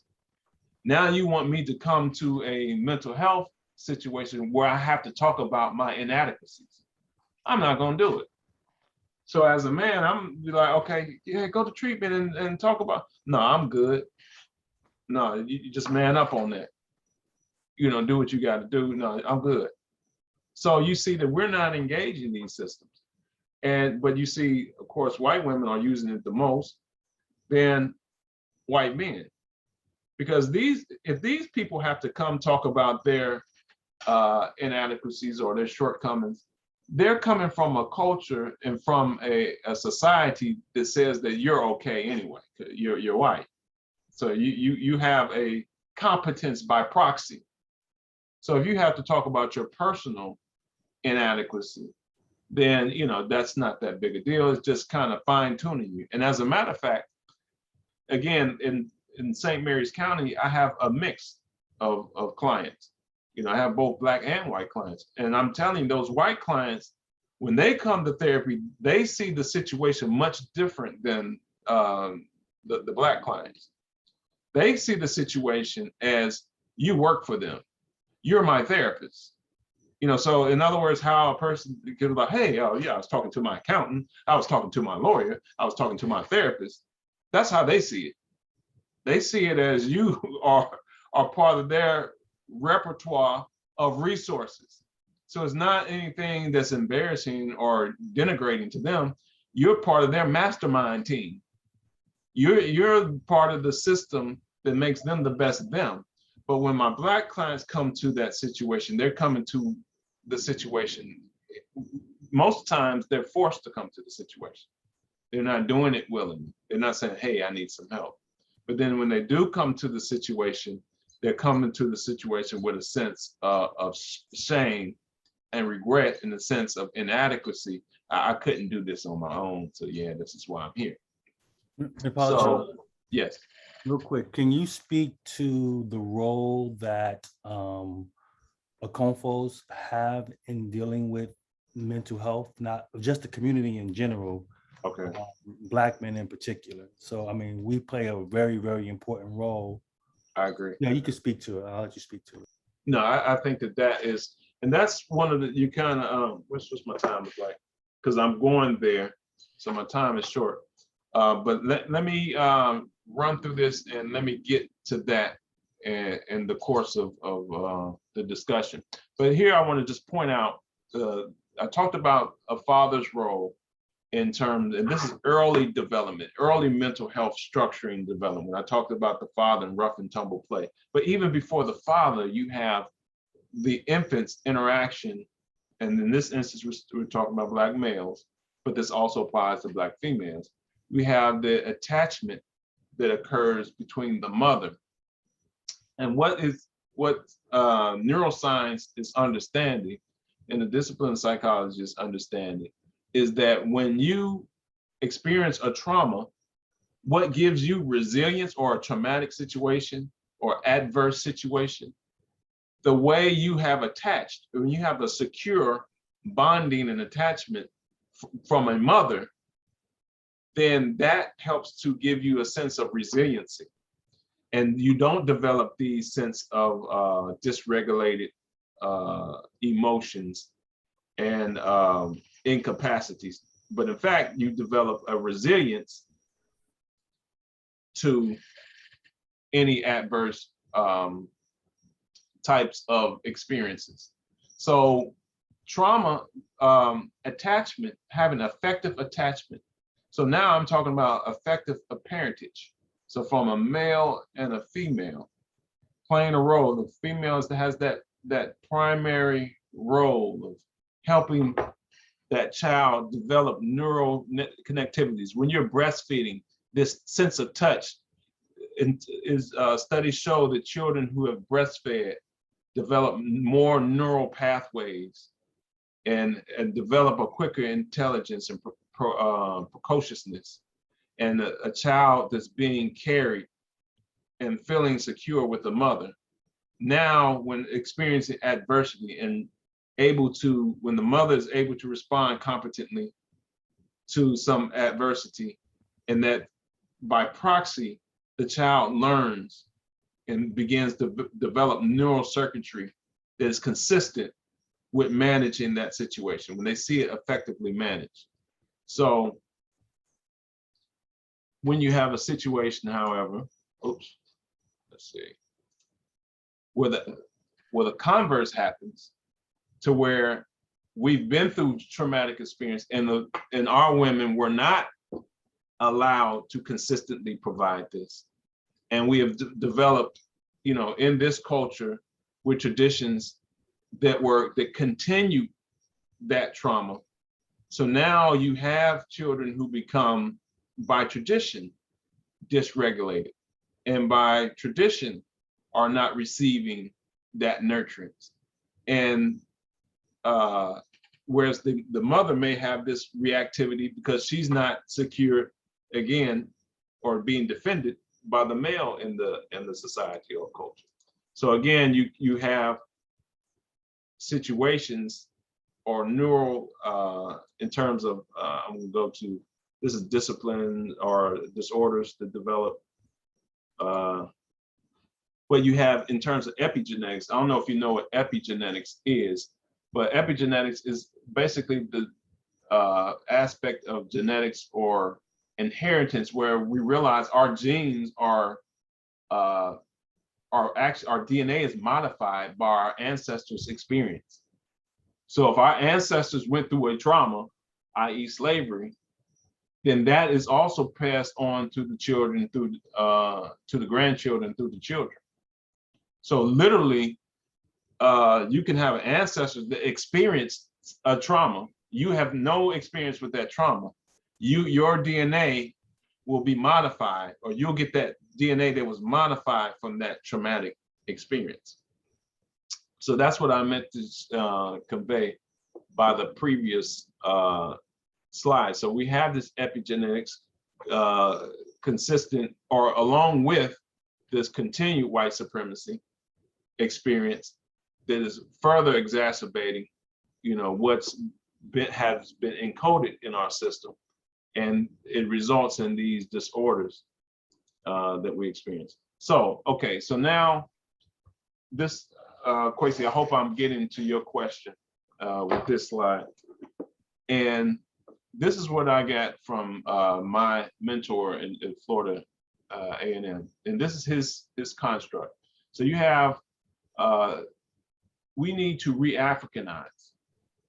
And so, and that it has to be done in a way where we're acknowledging who we are. And so the African self-extension orientation is the essence by genetic imperative who we are. So that means that just by nature, we're, and by biological and genetic propensity, we're given and designed to function and react in a certain way. So if you start up the drums in Southeast DC, you're going to see a similar response if you start up the drums in Jamaica, to a similar response if you start up the drums in Ghana. You're going to see a similar natural propensity to behave a certain way.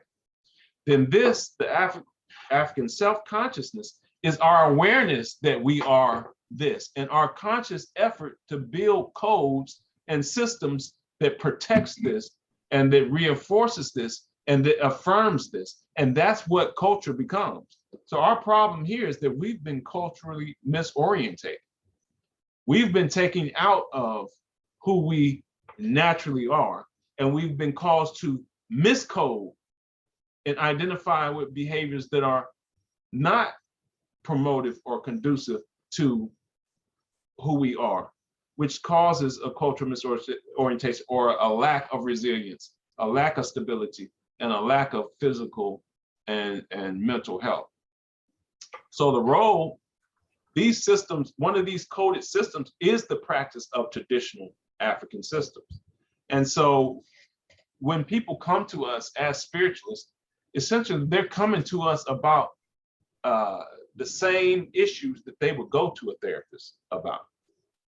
So the role of the Akomfo, the Densuni, the priest, the spiritualist, is to help the person to develop this and affirm this African self-extension orientation, is to give them an outlet. If you recall, on the first slide in my introduction, I talked about how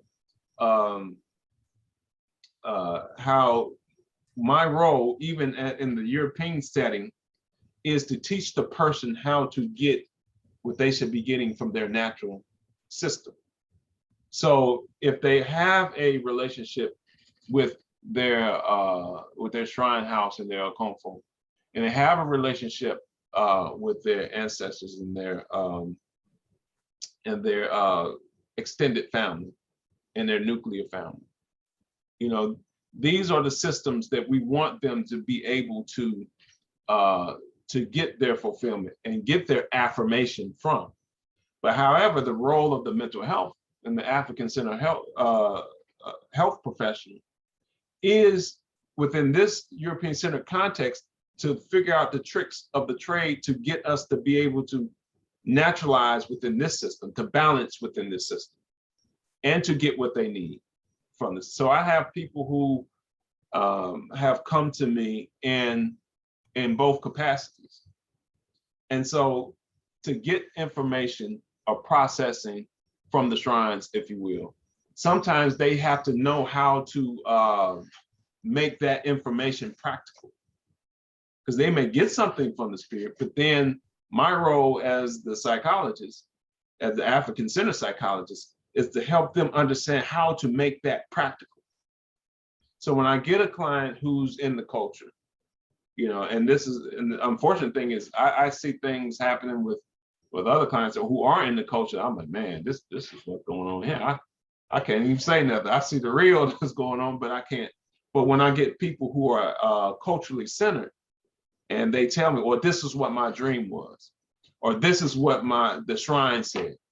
So now I can create actionable steps to help them activate and put into process and put into motion what they are getting from the shrine. So to me, in the full system, if we're having a true, within the contemporary setting, if we're having a true African-centered mental health dynamic, you have the Akomfo who may be operating in tandem with that person's therapist. If you had if they had a centered therapist, and I've been talking with I don't know if Brother Akomfo Kwabena Frimpong is on, but we've had preliminary discussions about our desire to create systems to where, because he's an Akomfo and I'm an Abrafo, and we're both mental health professionals.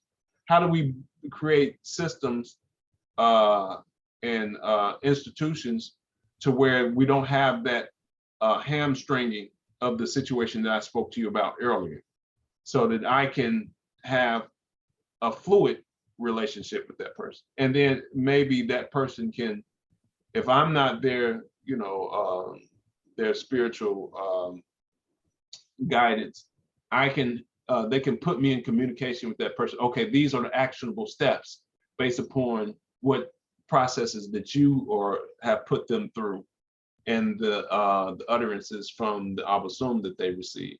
So that's when you get a totality in the system. So this is something that we have to begin to develop. And even what Brother Yao Tyus is doing, his phone calls and helping Black men to discuss their loving relations. See, these are natural setting conditions that have to be cultivated. So you don't have to get everything from one place, but you can use the African-centered psychologist to help you to calibrate, re-Africanizing within this contemporary struggle that we're in our geographical location, if you would. I don't know, Kwesi, did that answer? I hope I addressed it. Yeah. Can I ask a question to that? Yes, Can please. I add? So with, I think it's great what you're presenting. Thank you so much. And with the institution that you were referring to, I don't know if this was considered, but someone also kind of spoke to it in the chat. Is it possible, or what do you think about perhaps creating workshops for spiritualists that can provide some of those skills around like counseling or coaching skills? Mm-hmm. No, I think that that's a fantastic idea. And this is something that we've only preliminarily discussed, this need. When I initially presented this in a modified version of this in the Sankofa conference, we began to talk about how to build these systems. And I think it would include that type of interaction and engagement and supporting spiritualists with tools to use when people come with mental health issues in particular. Because not every issue that the person will come to is deeply rooted in some mental health process, but many of them are in some way, And then you have people who have, even from a Western standpoint, they have DSM, diagnosable conditions, you know. And so, and if, let's say, for instance, a spiritualist were to have an individual that's bipolar, if you will, for you to have some psychoeducation about what that person's presentation will be is going to be helpful to you, because you're going to be able to understand, like, okay, them engaging in this way and doing it is predictable. So I understand the Spirit has told me the spiritual aspects to it, and what's factors or contributions to it. But now there are some practical things that we know are going to happen within the cycle, within this person's healing cycle.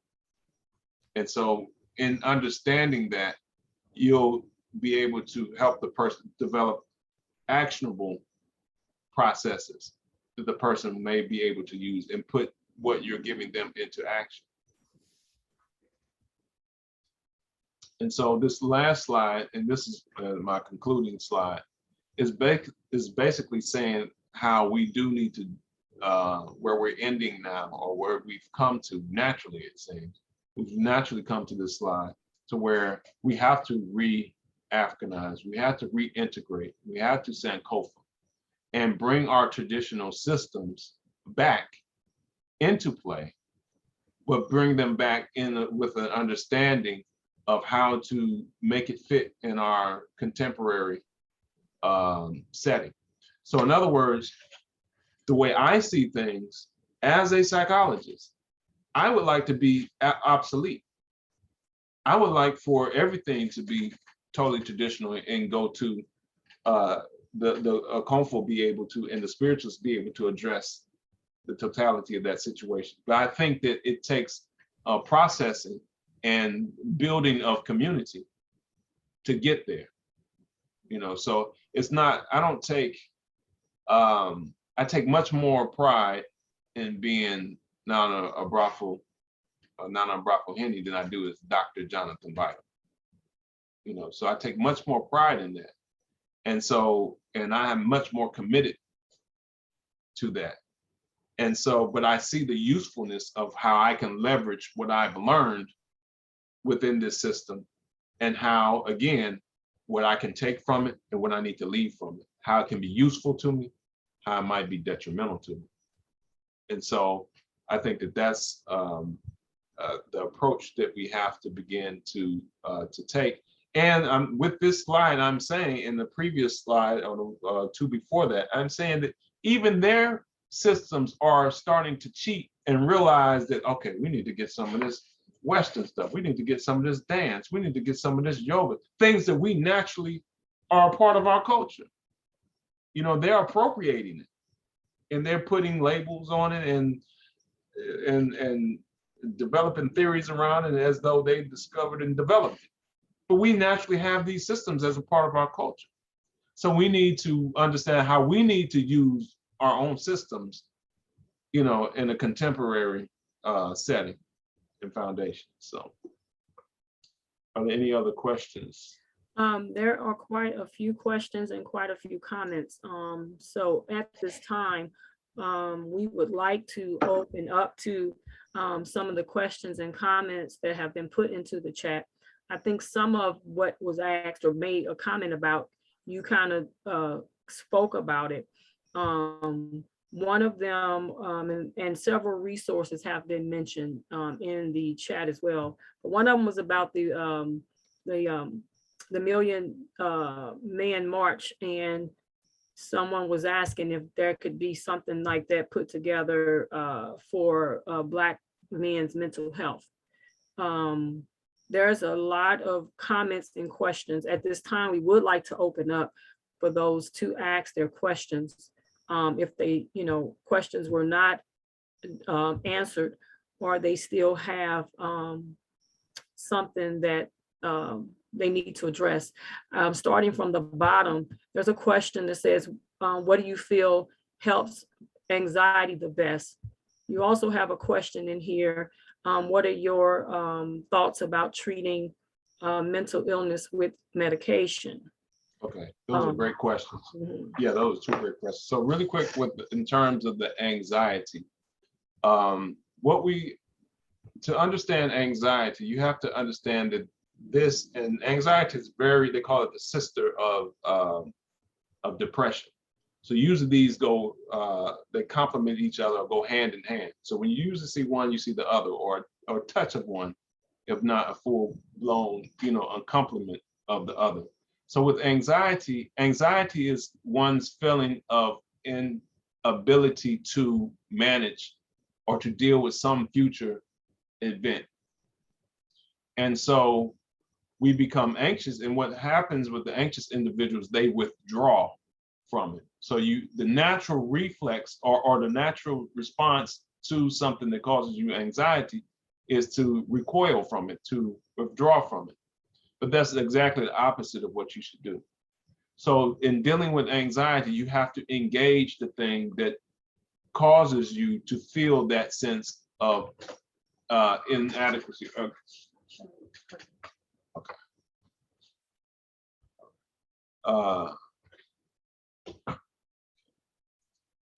That thing that causes you to feel that anxiety or inadequacy or incapacity, you have to engage it or get closer to it. Because what will happen is your system, those systems that I showed you earlier, those neural anatomical systems will activate initially. But what happens is your body cannot sustain that level of activation. So when you get close to the stimulus that's causing the anxiety, eventually it will habituate.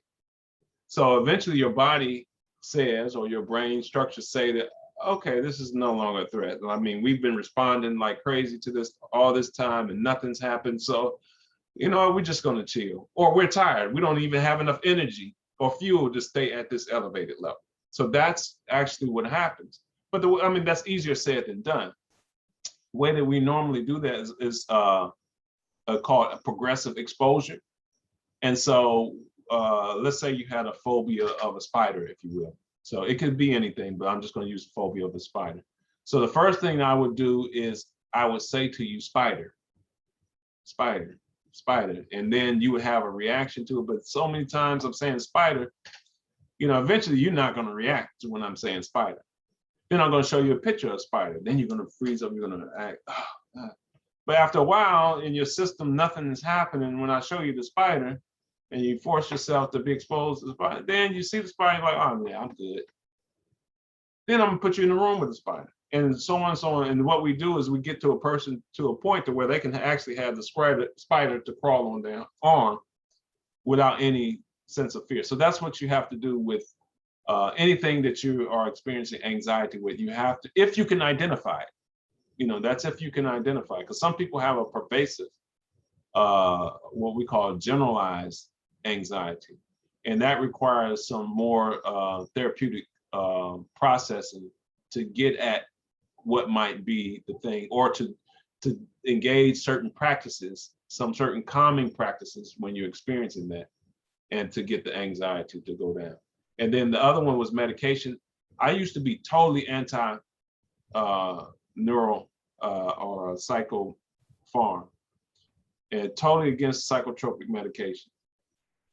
And I don't believe in them, but I think you have to leverage them at times, because what changed my mind is when I went into the youth detention situations, and I seen kids who were so dysregulated and so aggressive. It's like either they're gonna take this pill or be dead, or they're gonna kill somebody. So what I tell people now, and when I talk to parents who, have to put their child on, like, okay, this is not, we're not going to depend on this thing, but we're going to stabilize for now. When they engage in treatment and we can develop enough skills so that they can safely titrate off of that, that's how we'll do that. But if we don't get some stability, he's going to be lost, so, but again, I'm sure many of us have taken somatic pharmaceuticals, for hypertension and other things. And I know for myself, I've taken them, but I don't intend to stay on them. So I don't believe in them, but I have used them, if you will. And some of us, it's either do that or you're going to perish, So that's my. Nana Kofi had his hand up.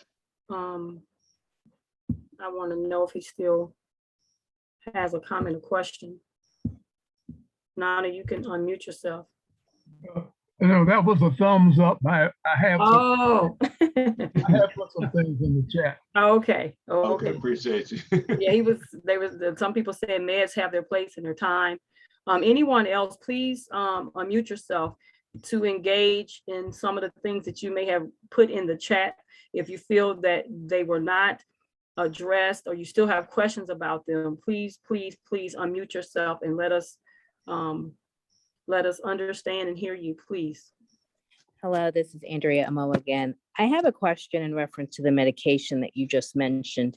Do you have any type of natural remedies that you suggest to any type of clients that actually come in and they're a part of the culture or in general?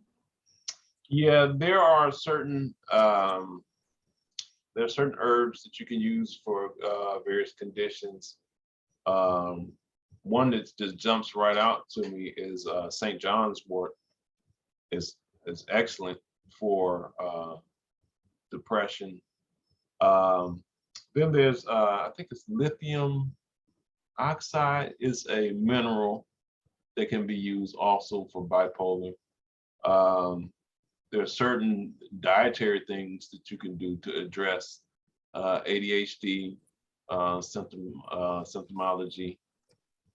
So yes, I do that, and that's the preference. It's again, I'm not, if medication can be avoided because it's really a poison, and I see, many psychiatrists are just, licensed dope pushers. But I see that what happens with medications, and not necessarily in our community so much, but just in the broader population, that many parents will use that as an excuse to, like, okay, see, it's not my fault because I didn't, they just have a chemical imbalance. It's not no chemical imbalance. And ADHD is not a thing, if you will. It's a symptom profile, but that symptom profile is developed out of how that child was raised. One, if they do have some traumas, complex traumas, and if they just were raised in a way that they didn't have any regulations. As Dr. Umar Johnson says, and I agree with him, there ain't no daddy at home disorder. I mean, and so a lot of parents will use that as an excuse to, like, oh, it's not my fault, it's a brain imbalance. But that's something that the medical industry promotes so that they can sell, more pills, but that's not true at all. There's no ADHD. That's not a thing. You don't have ADHD. You demonstrate a behavioral profile that's consistent with that diagnosis, is what happens. Hey, Paul John. What's up, Baba? Rasian here. I'm honored to partake of you exchanging this knowledge, and also you building on the Baba's knowledge down from the brother that you talked about this cult information. All right. Listen, I wanted to commend you on sharing this information, but I also wanted to share with the audience that I think that we need to have several of these. By the way, I'm a behavioral neuroscientist, so I've been writing what you've been sharing. And I just want to amplify what you were trying to convey to the sister regarding technically what they call them orthomolecular interventions, which means that you're using herbs, remedies, food, diet, lifestyle, all those types of things. Also wanted to amplify what you said. Europeans literally steal our stuff, give our stuff back to us on a larger platform, and then we endorse and sign off on it. And this whole notion of us basically needing therapy, all of us need therapy because we're trying to navigate a system that's designed to undermine the stability of families. So, and sisters have too much weight on their shoulders to try and guide brain development in African-American men. And I'll just say this one thing. I had a debate with a sister a few years ago about her telling me that she was having so much trouble with her male child because he was always missing the toilet. And I mentioned to her, well, how frequently do you allow him to be in the presence of other men? So she scolded him for it. So essentially things that you've been pointing out, and this is not to undermine or malign our sisters in any way, it's extremely difficult to raise and cultivate the brain of a young African-American male in a society that's literally designed to cognitively castrate him. By its very nature, it's designed to do that. So I commend you on you setting the stage, and we need to have more of these. We need to have more of a collaborative presentation where people can benefit from it. and also to convey back to the sister what you were sharing. I know in your heart, you're giving and you're sharing, but it's a little bit slightly removed to try and get an answer for medical intervention or those kinds of interventions by going down the list, because each youngster has to be treated with some degree of personalizing the situation in terms of what is he being fed, what is he eating, how much time is he spending playing video games, is he very precocious, are the little girls chasing him, is he chasing the little girls, is he struggling with his identity, all those types of things. So the bottom line is, brother, this was the bomb. I appreciate it. I'm honored to have had my ears to taste the knowledge that you shared, and I hope that people will digest it accordingly. Appreciate that, brother. And I feel like you got where I was coming from. And I wanted to say something about, again, you mentioned how the weight of responsibility on sisters. And when I showed that the scene of, what's the sister's name? Margaret Garner.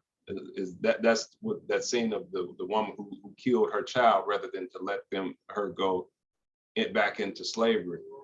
That's what that is meant to suggest, is that we have our sisters have been traumatized. They're being placed in a situation or in circumstances where they're not allowed to be their natural nurturing selves.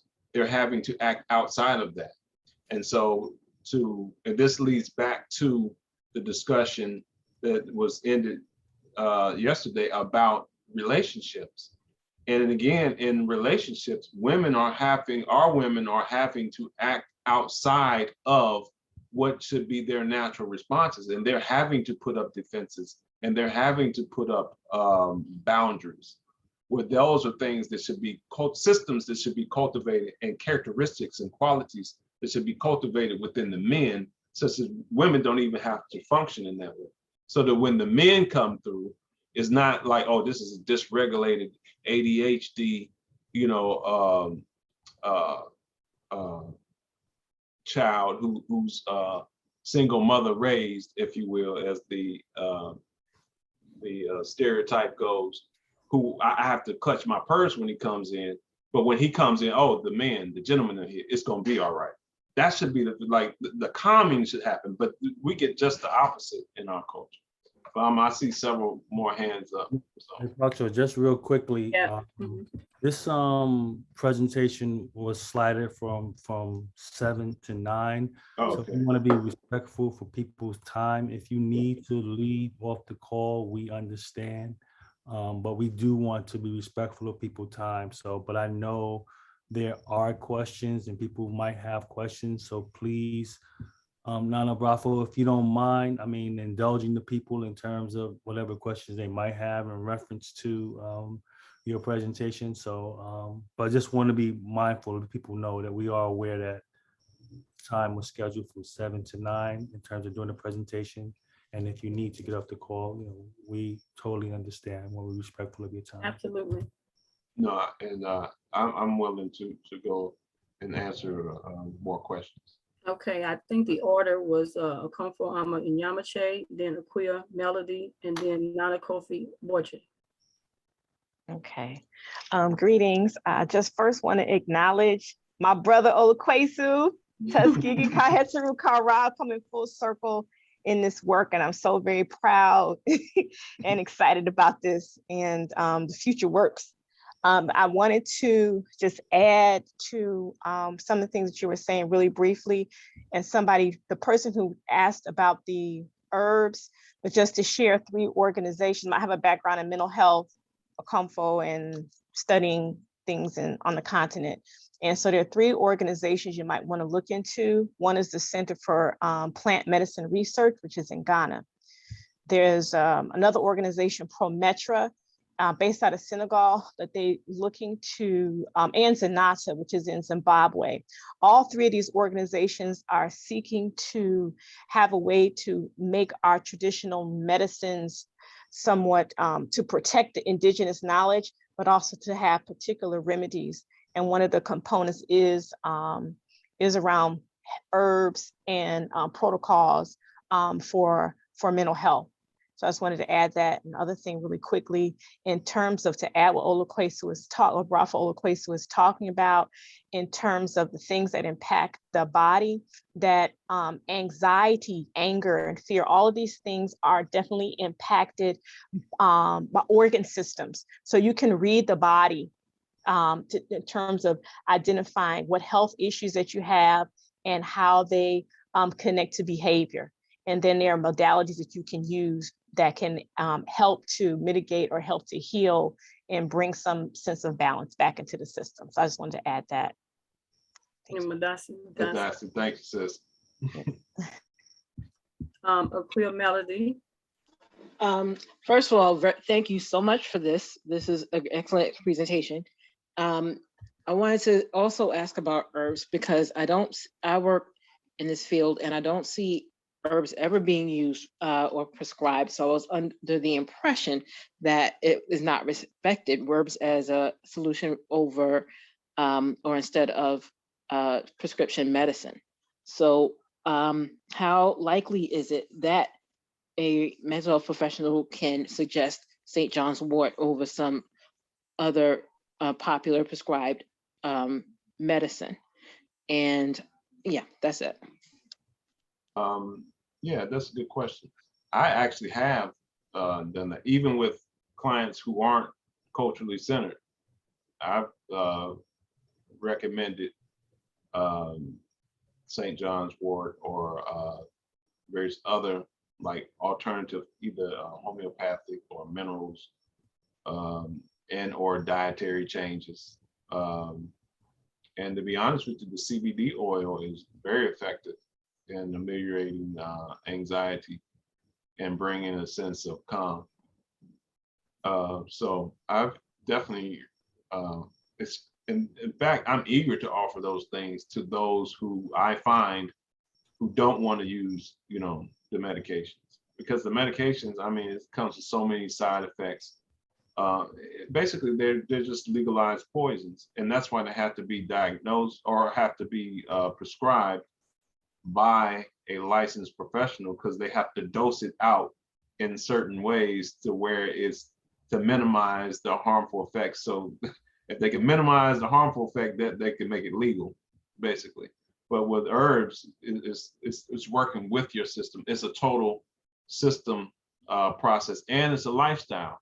And so herbs aren't as potent, and that's why they don't cause the side effects.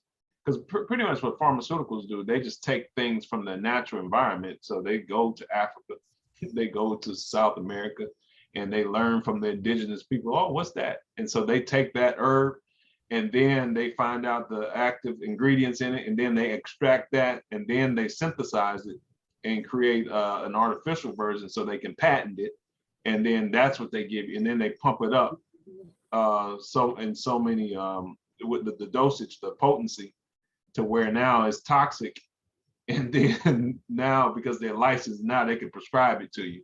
So that's the demonic process that pharmaceuticals go through.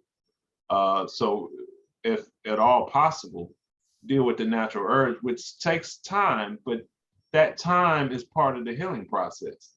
That time, building that patience and that consistency of taking that medication to get that effect, that is part of the healing process, in addition to the herb work. And that's how the shrines of Abosum work. They're gonna, they don't magic us all the time, because they know when they just magic and just, hit us with it doesn't stay.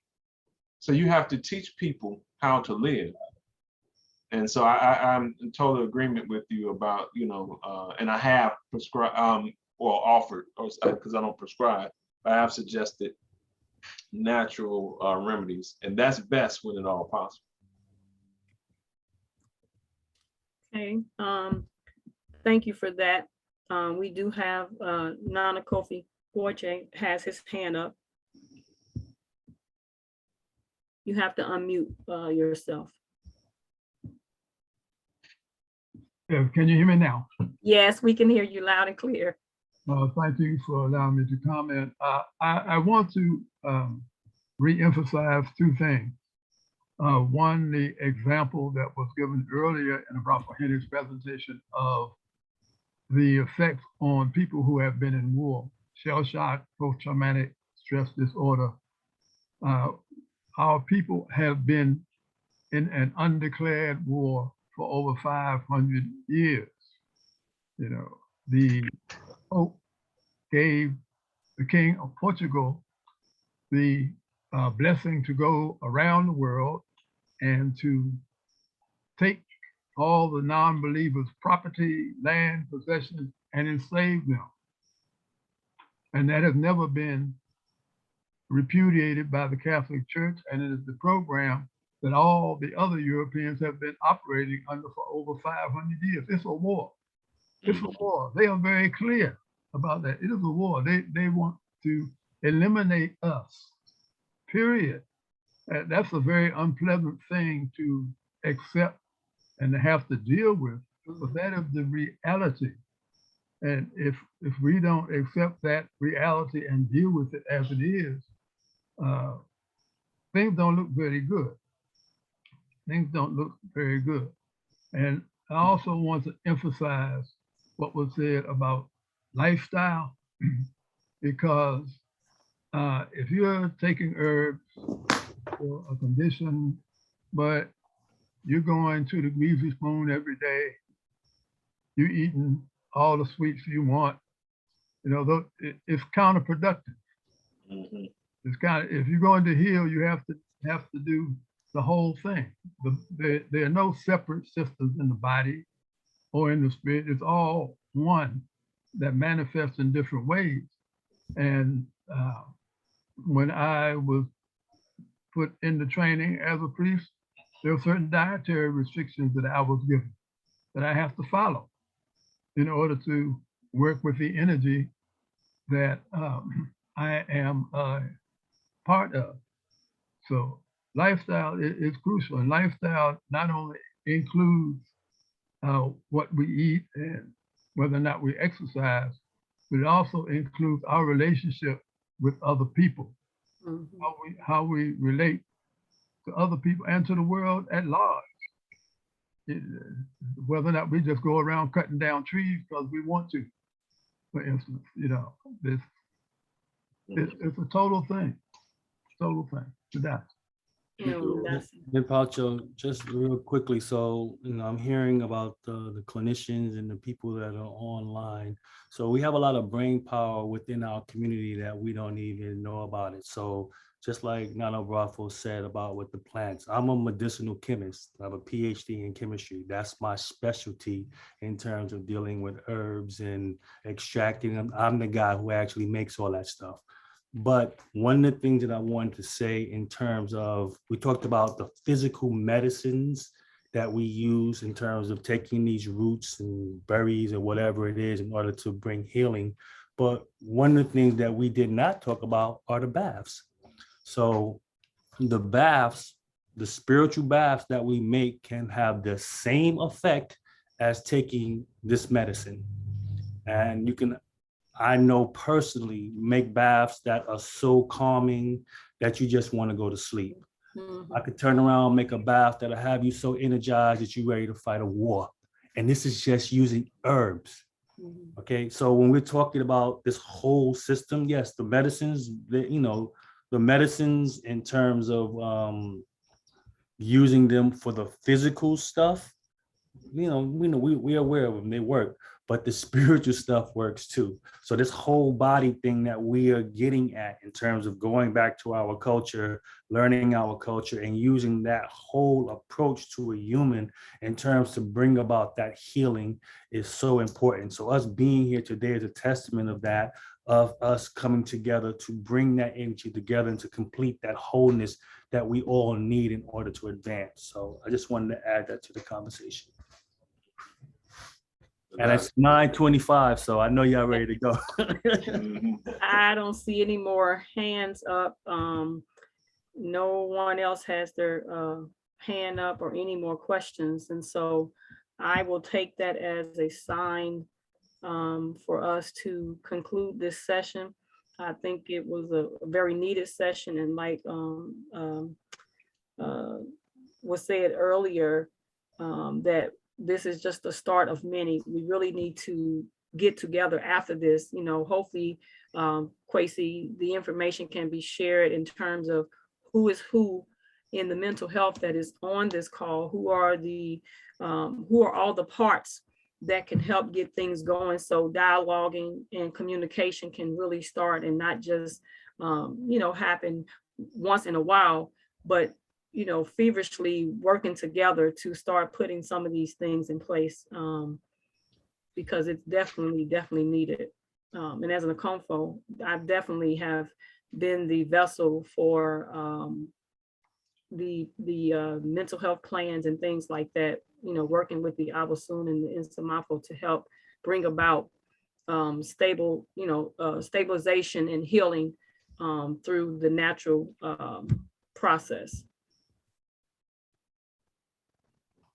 So could everybody who is in the mental health profession just type your name into the chat box so we can capture that information and we can reach out to you at a later time to be able to bring some stuff together? Your name and your contact information, email and/or phone number. Yes.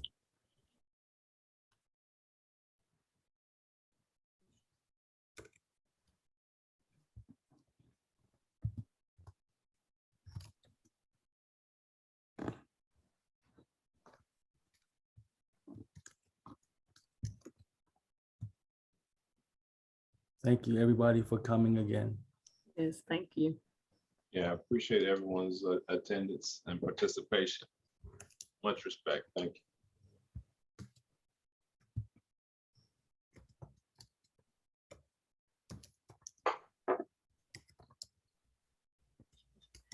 I see people's information is still coming through, so give a few more minutes to capture that information before we shut down so that we can capture everybody's information that's sharing. AKOMFO Queer, she didn't chime in. Well, I know you was gonna say so. I thought you was going to. Pacho, we want to also offer that if you're not able to get your information in here, you can do it on Facebook in our AKOM Kese group, or you can just send us an email at what is that email, Kwesi? info@akoncenter.org. The AKOM Kese email. info@akoncenter.org. Okay.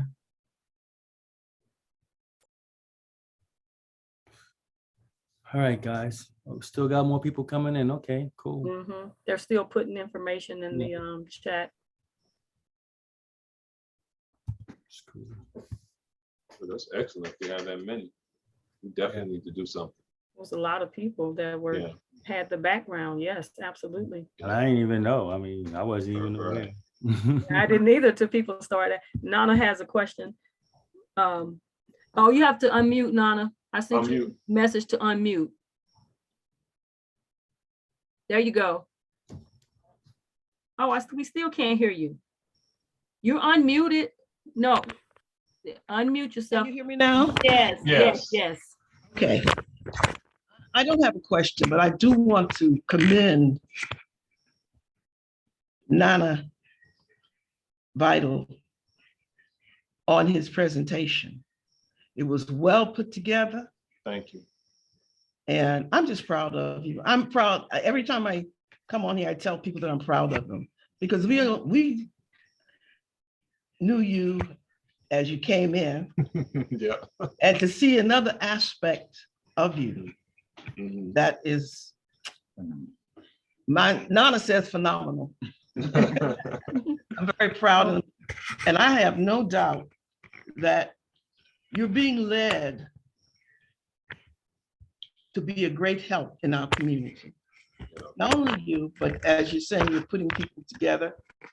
But I'm just so proud of you. And I wish all of your family could have seen this today. That's all I got to say. Oh, wow. Darcy, thank you.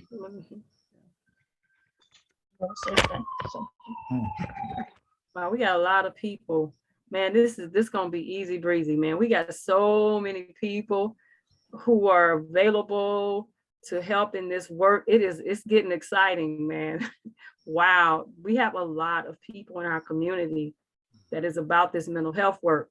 Yes. I didn't even know that many folks. I didn't either. I'm just like looking that. at I'm like, really? all Wow. the names. And this is before people got, this was after people got off. So we're going to have to make sure we're sending out some kind of email to the people who registered, because we kind of told this late and we have a lot of people. This is exciting. We have the manpower in our own community to really put ourselves back to where we're supposed to be, you know. And then to top it all off, then you have just as many priests, if not, you know, some of them are double duty. So this is really getting exciting. Yeah, that's what's up. That's beautiful. Yep, we got what it takes. Absolutely. Yes, so I think we have, I don't see any more coming through. So maybe we have captured everyone who was still on. I haven't seen any new ones come through. All right then.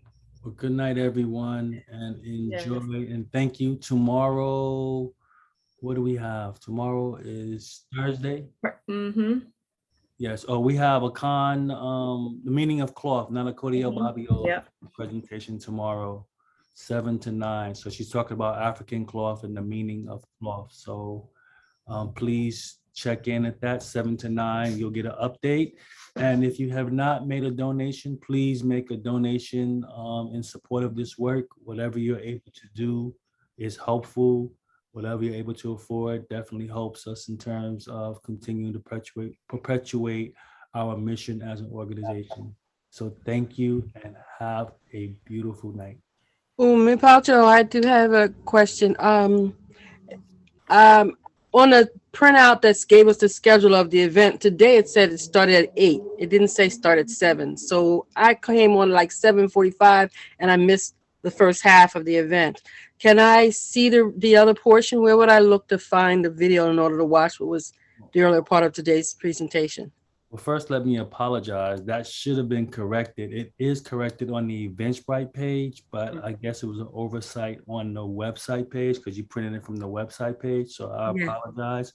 We will be releasing the recorded videos of the sessions after they've been edited. So I don't have a time frame for what that's going to look like. But you will be able to see it at some point in time. Okay. And Quasi, that will be available to everyone who has registered, correct? Yeah, we'll send it out to everybody. Yes. Okay. All right. Well, good evening, everyone. Good night. Be blessed. Thank you so much for your participation and hanging in there. Good night. Good night, everyone. Good night. Good night. Good evening. Thank you.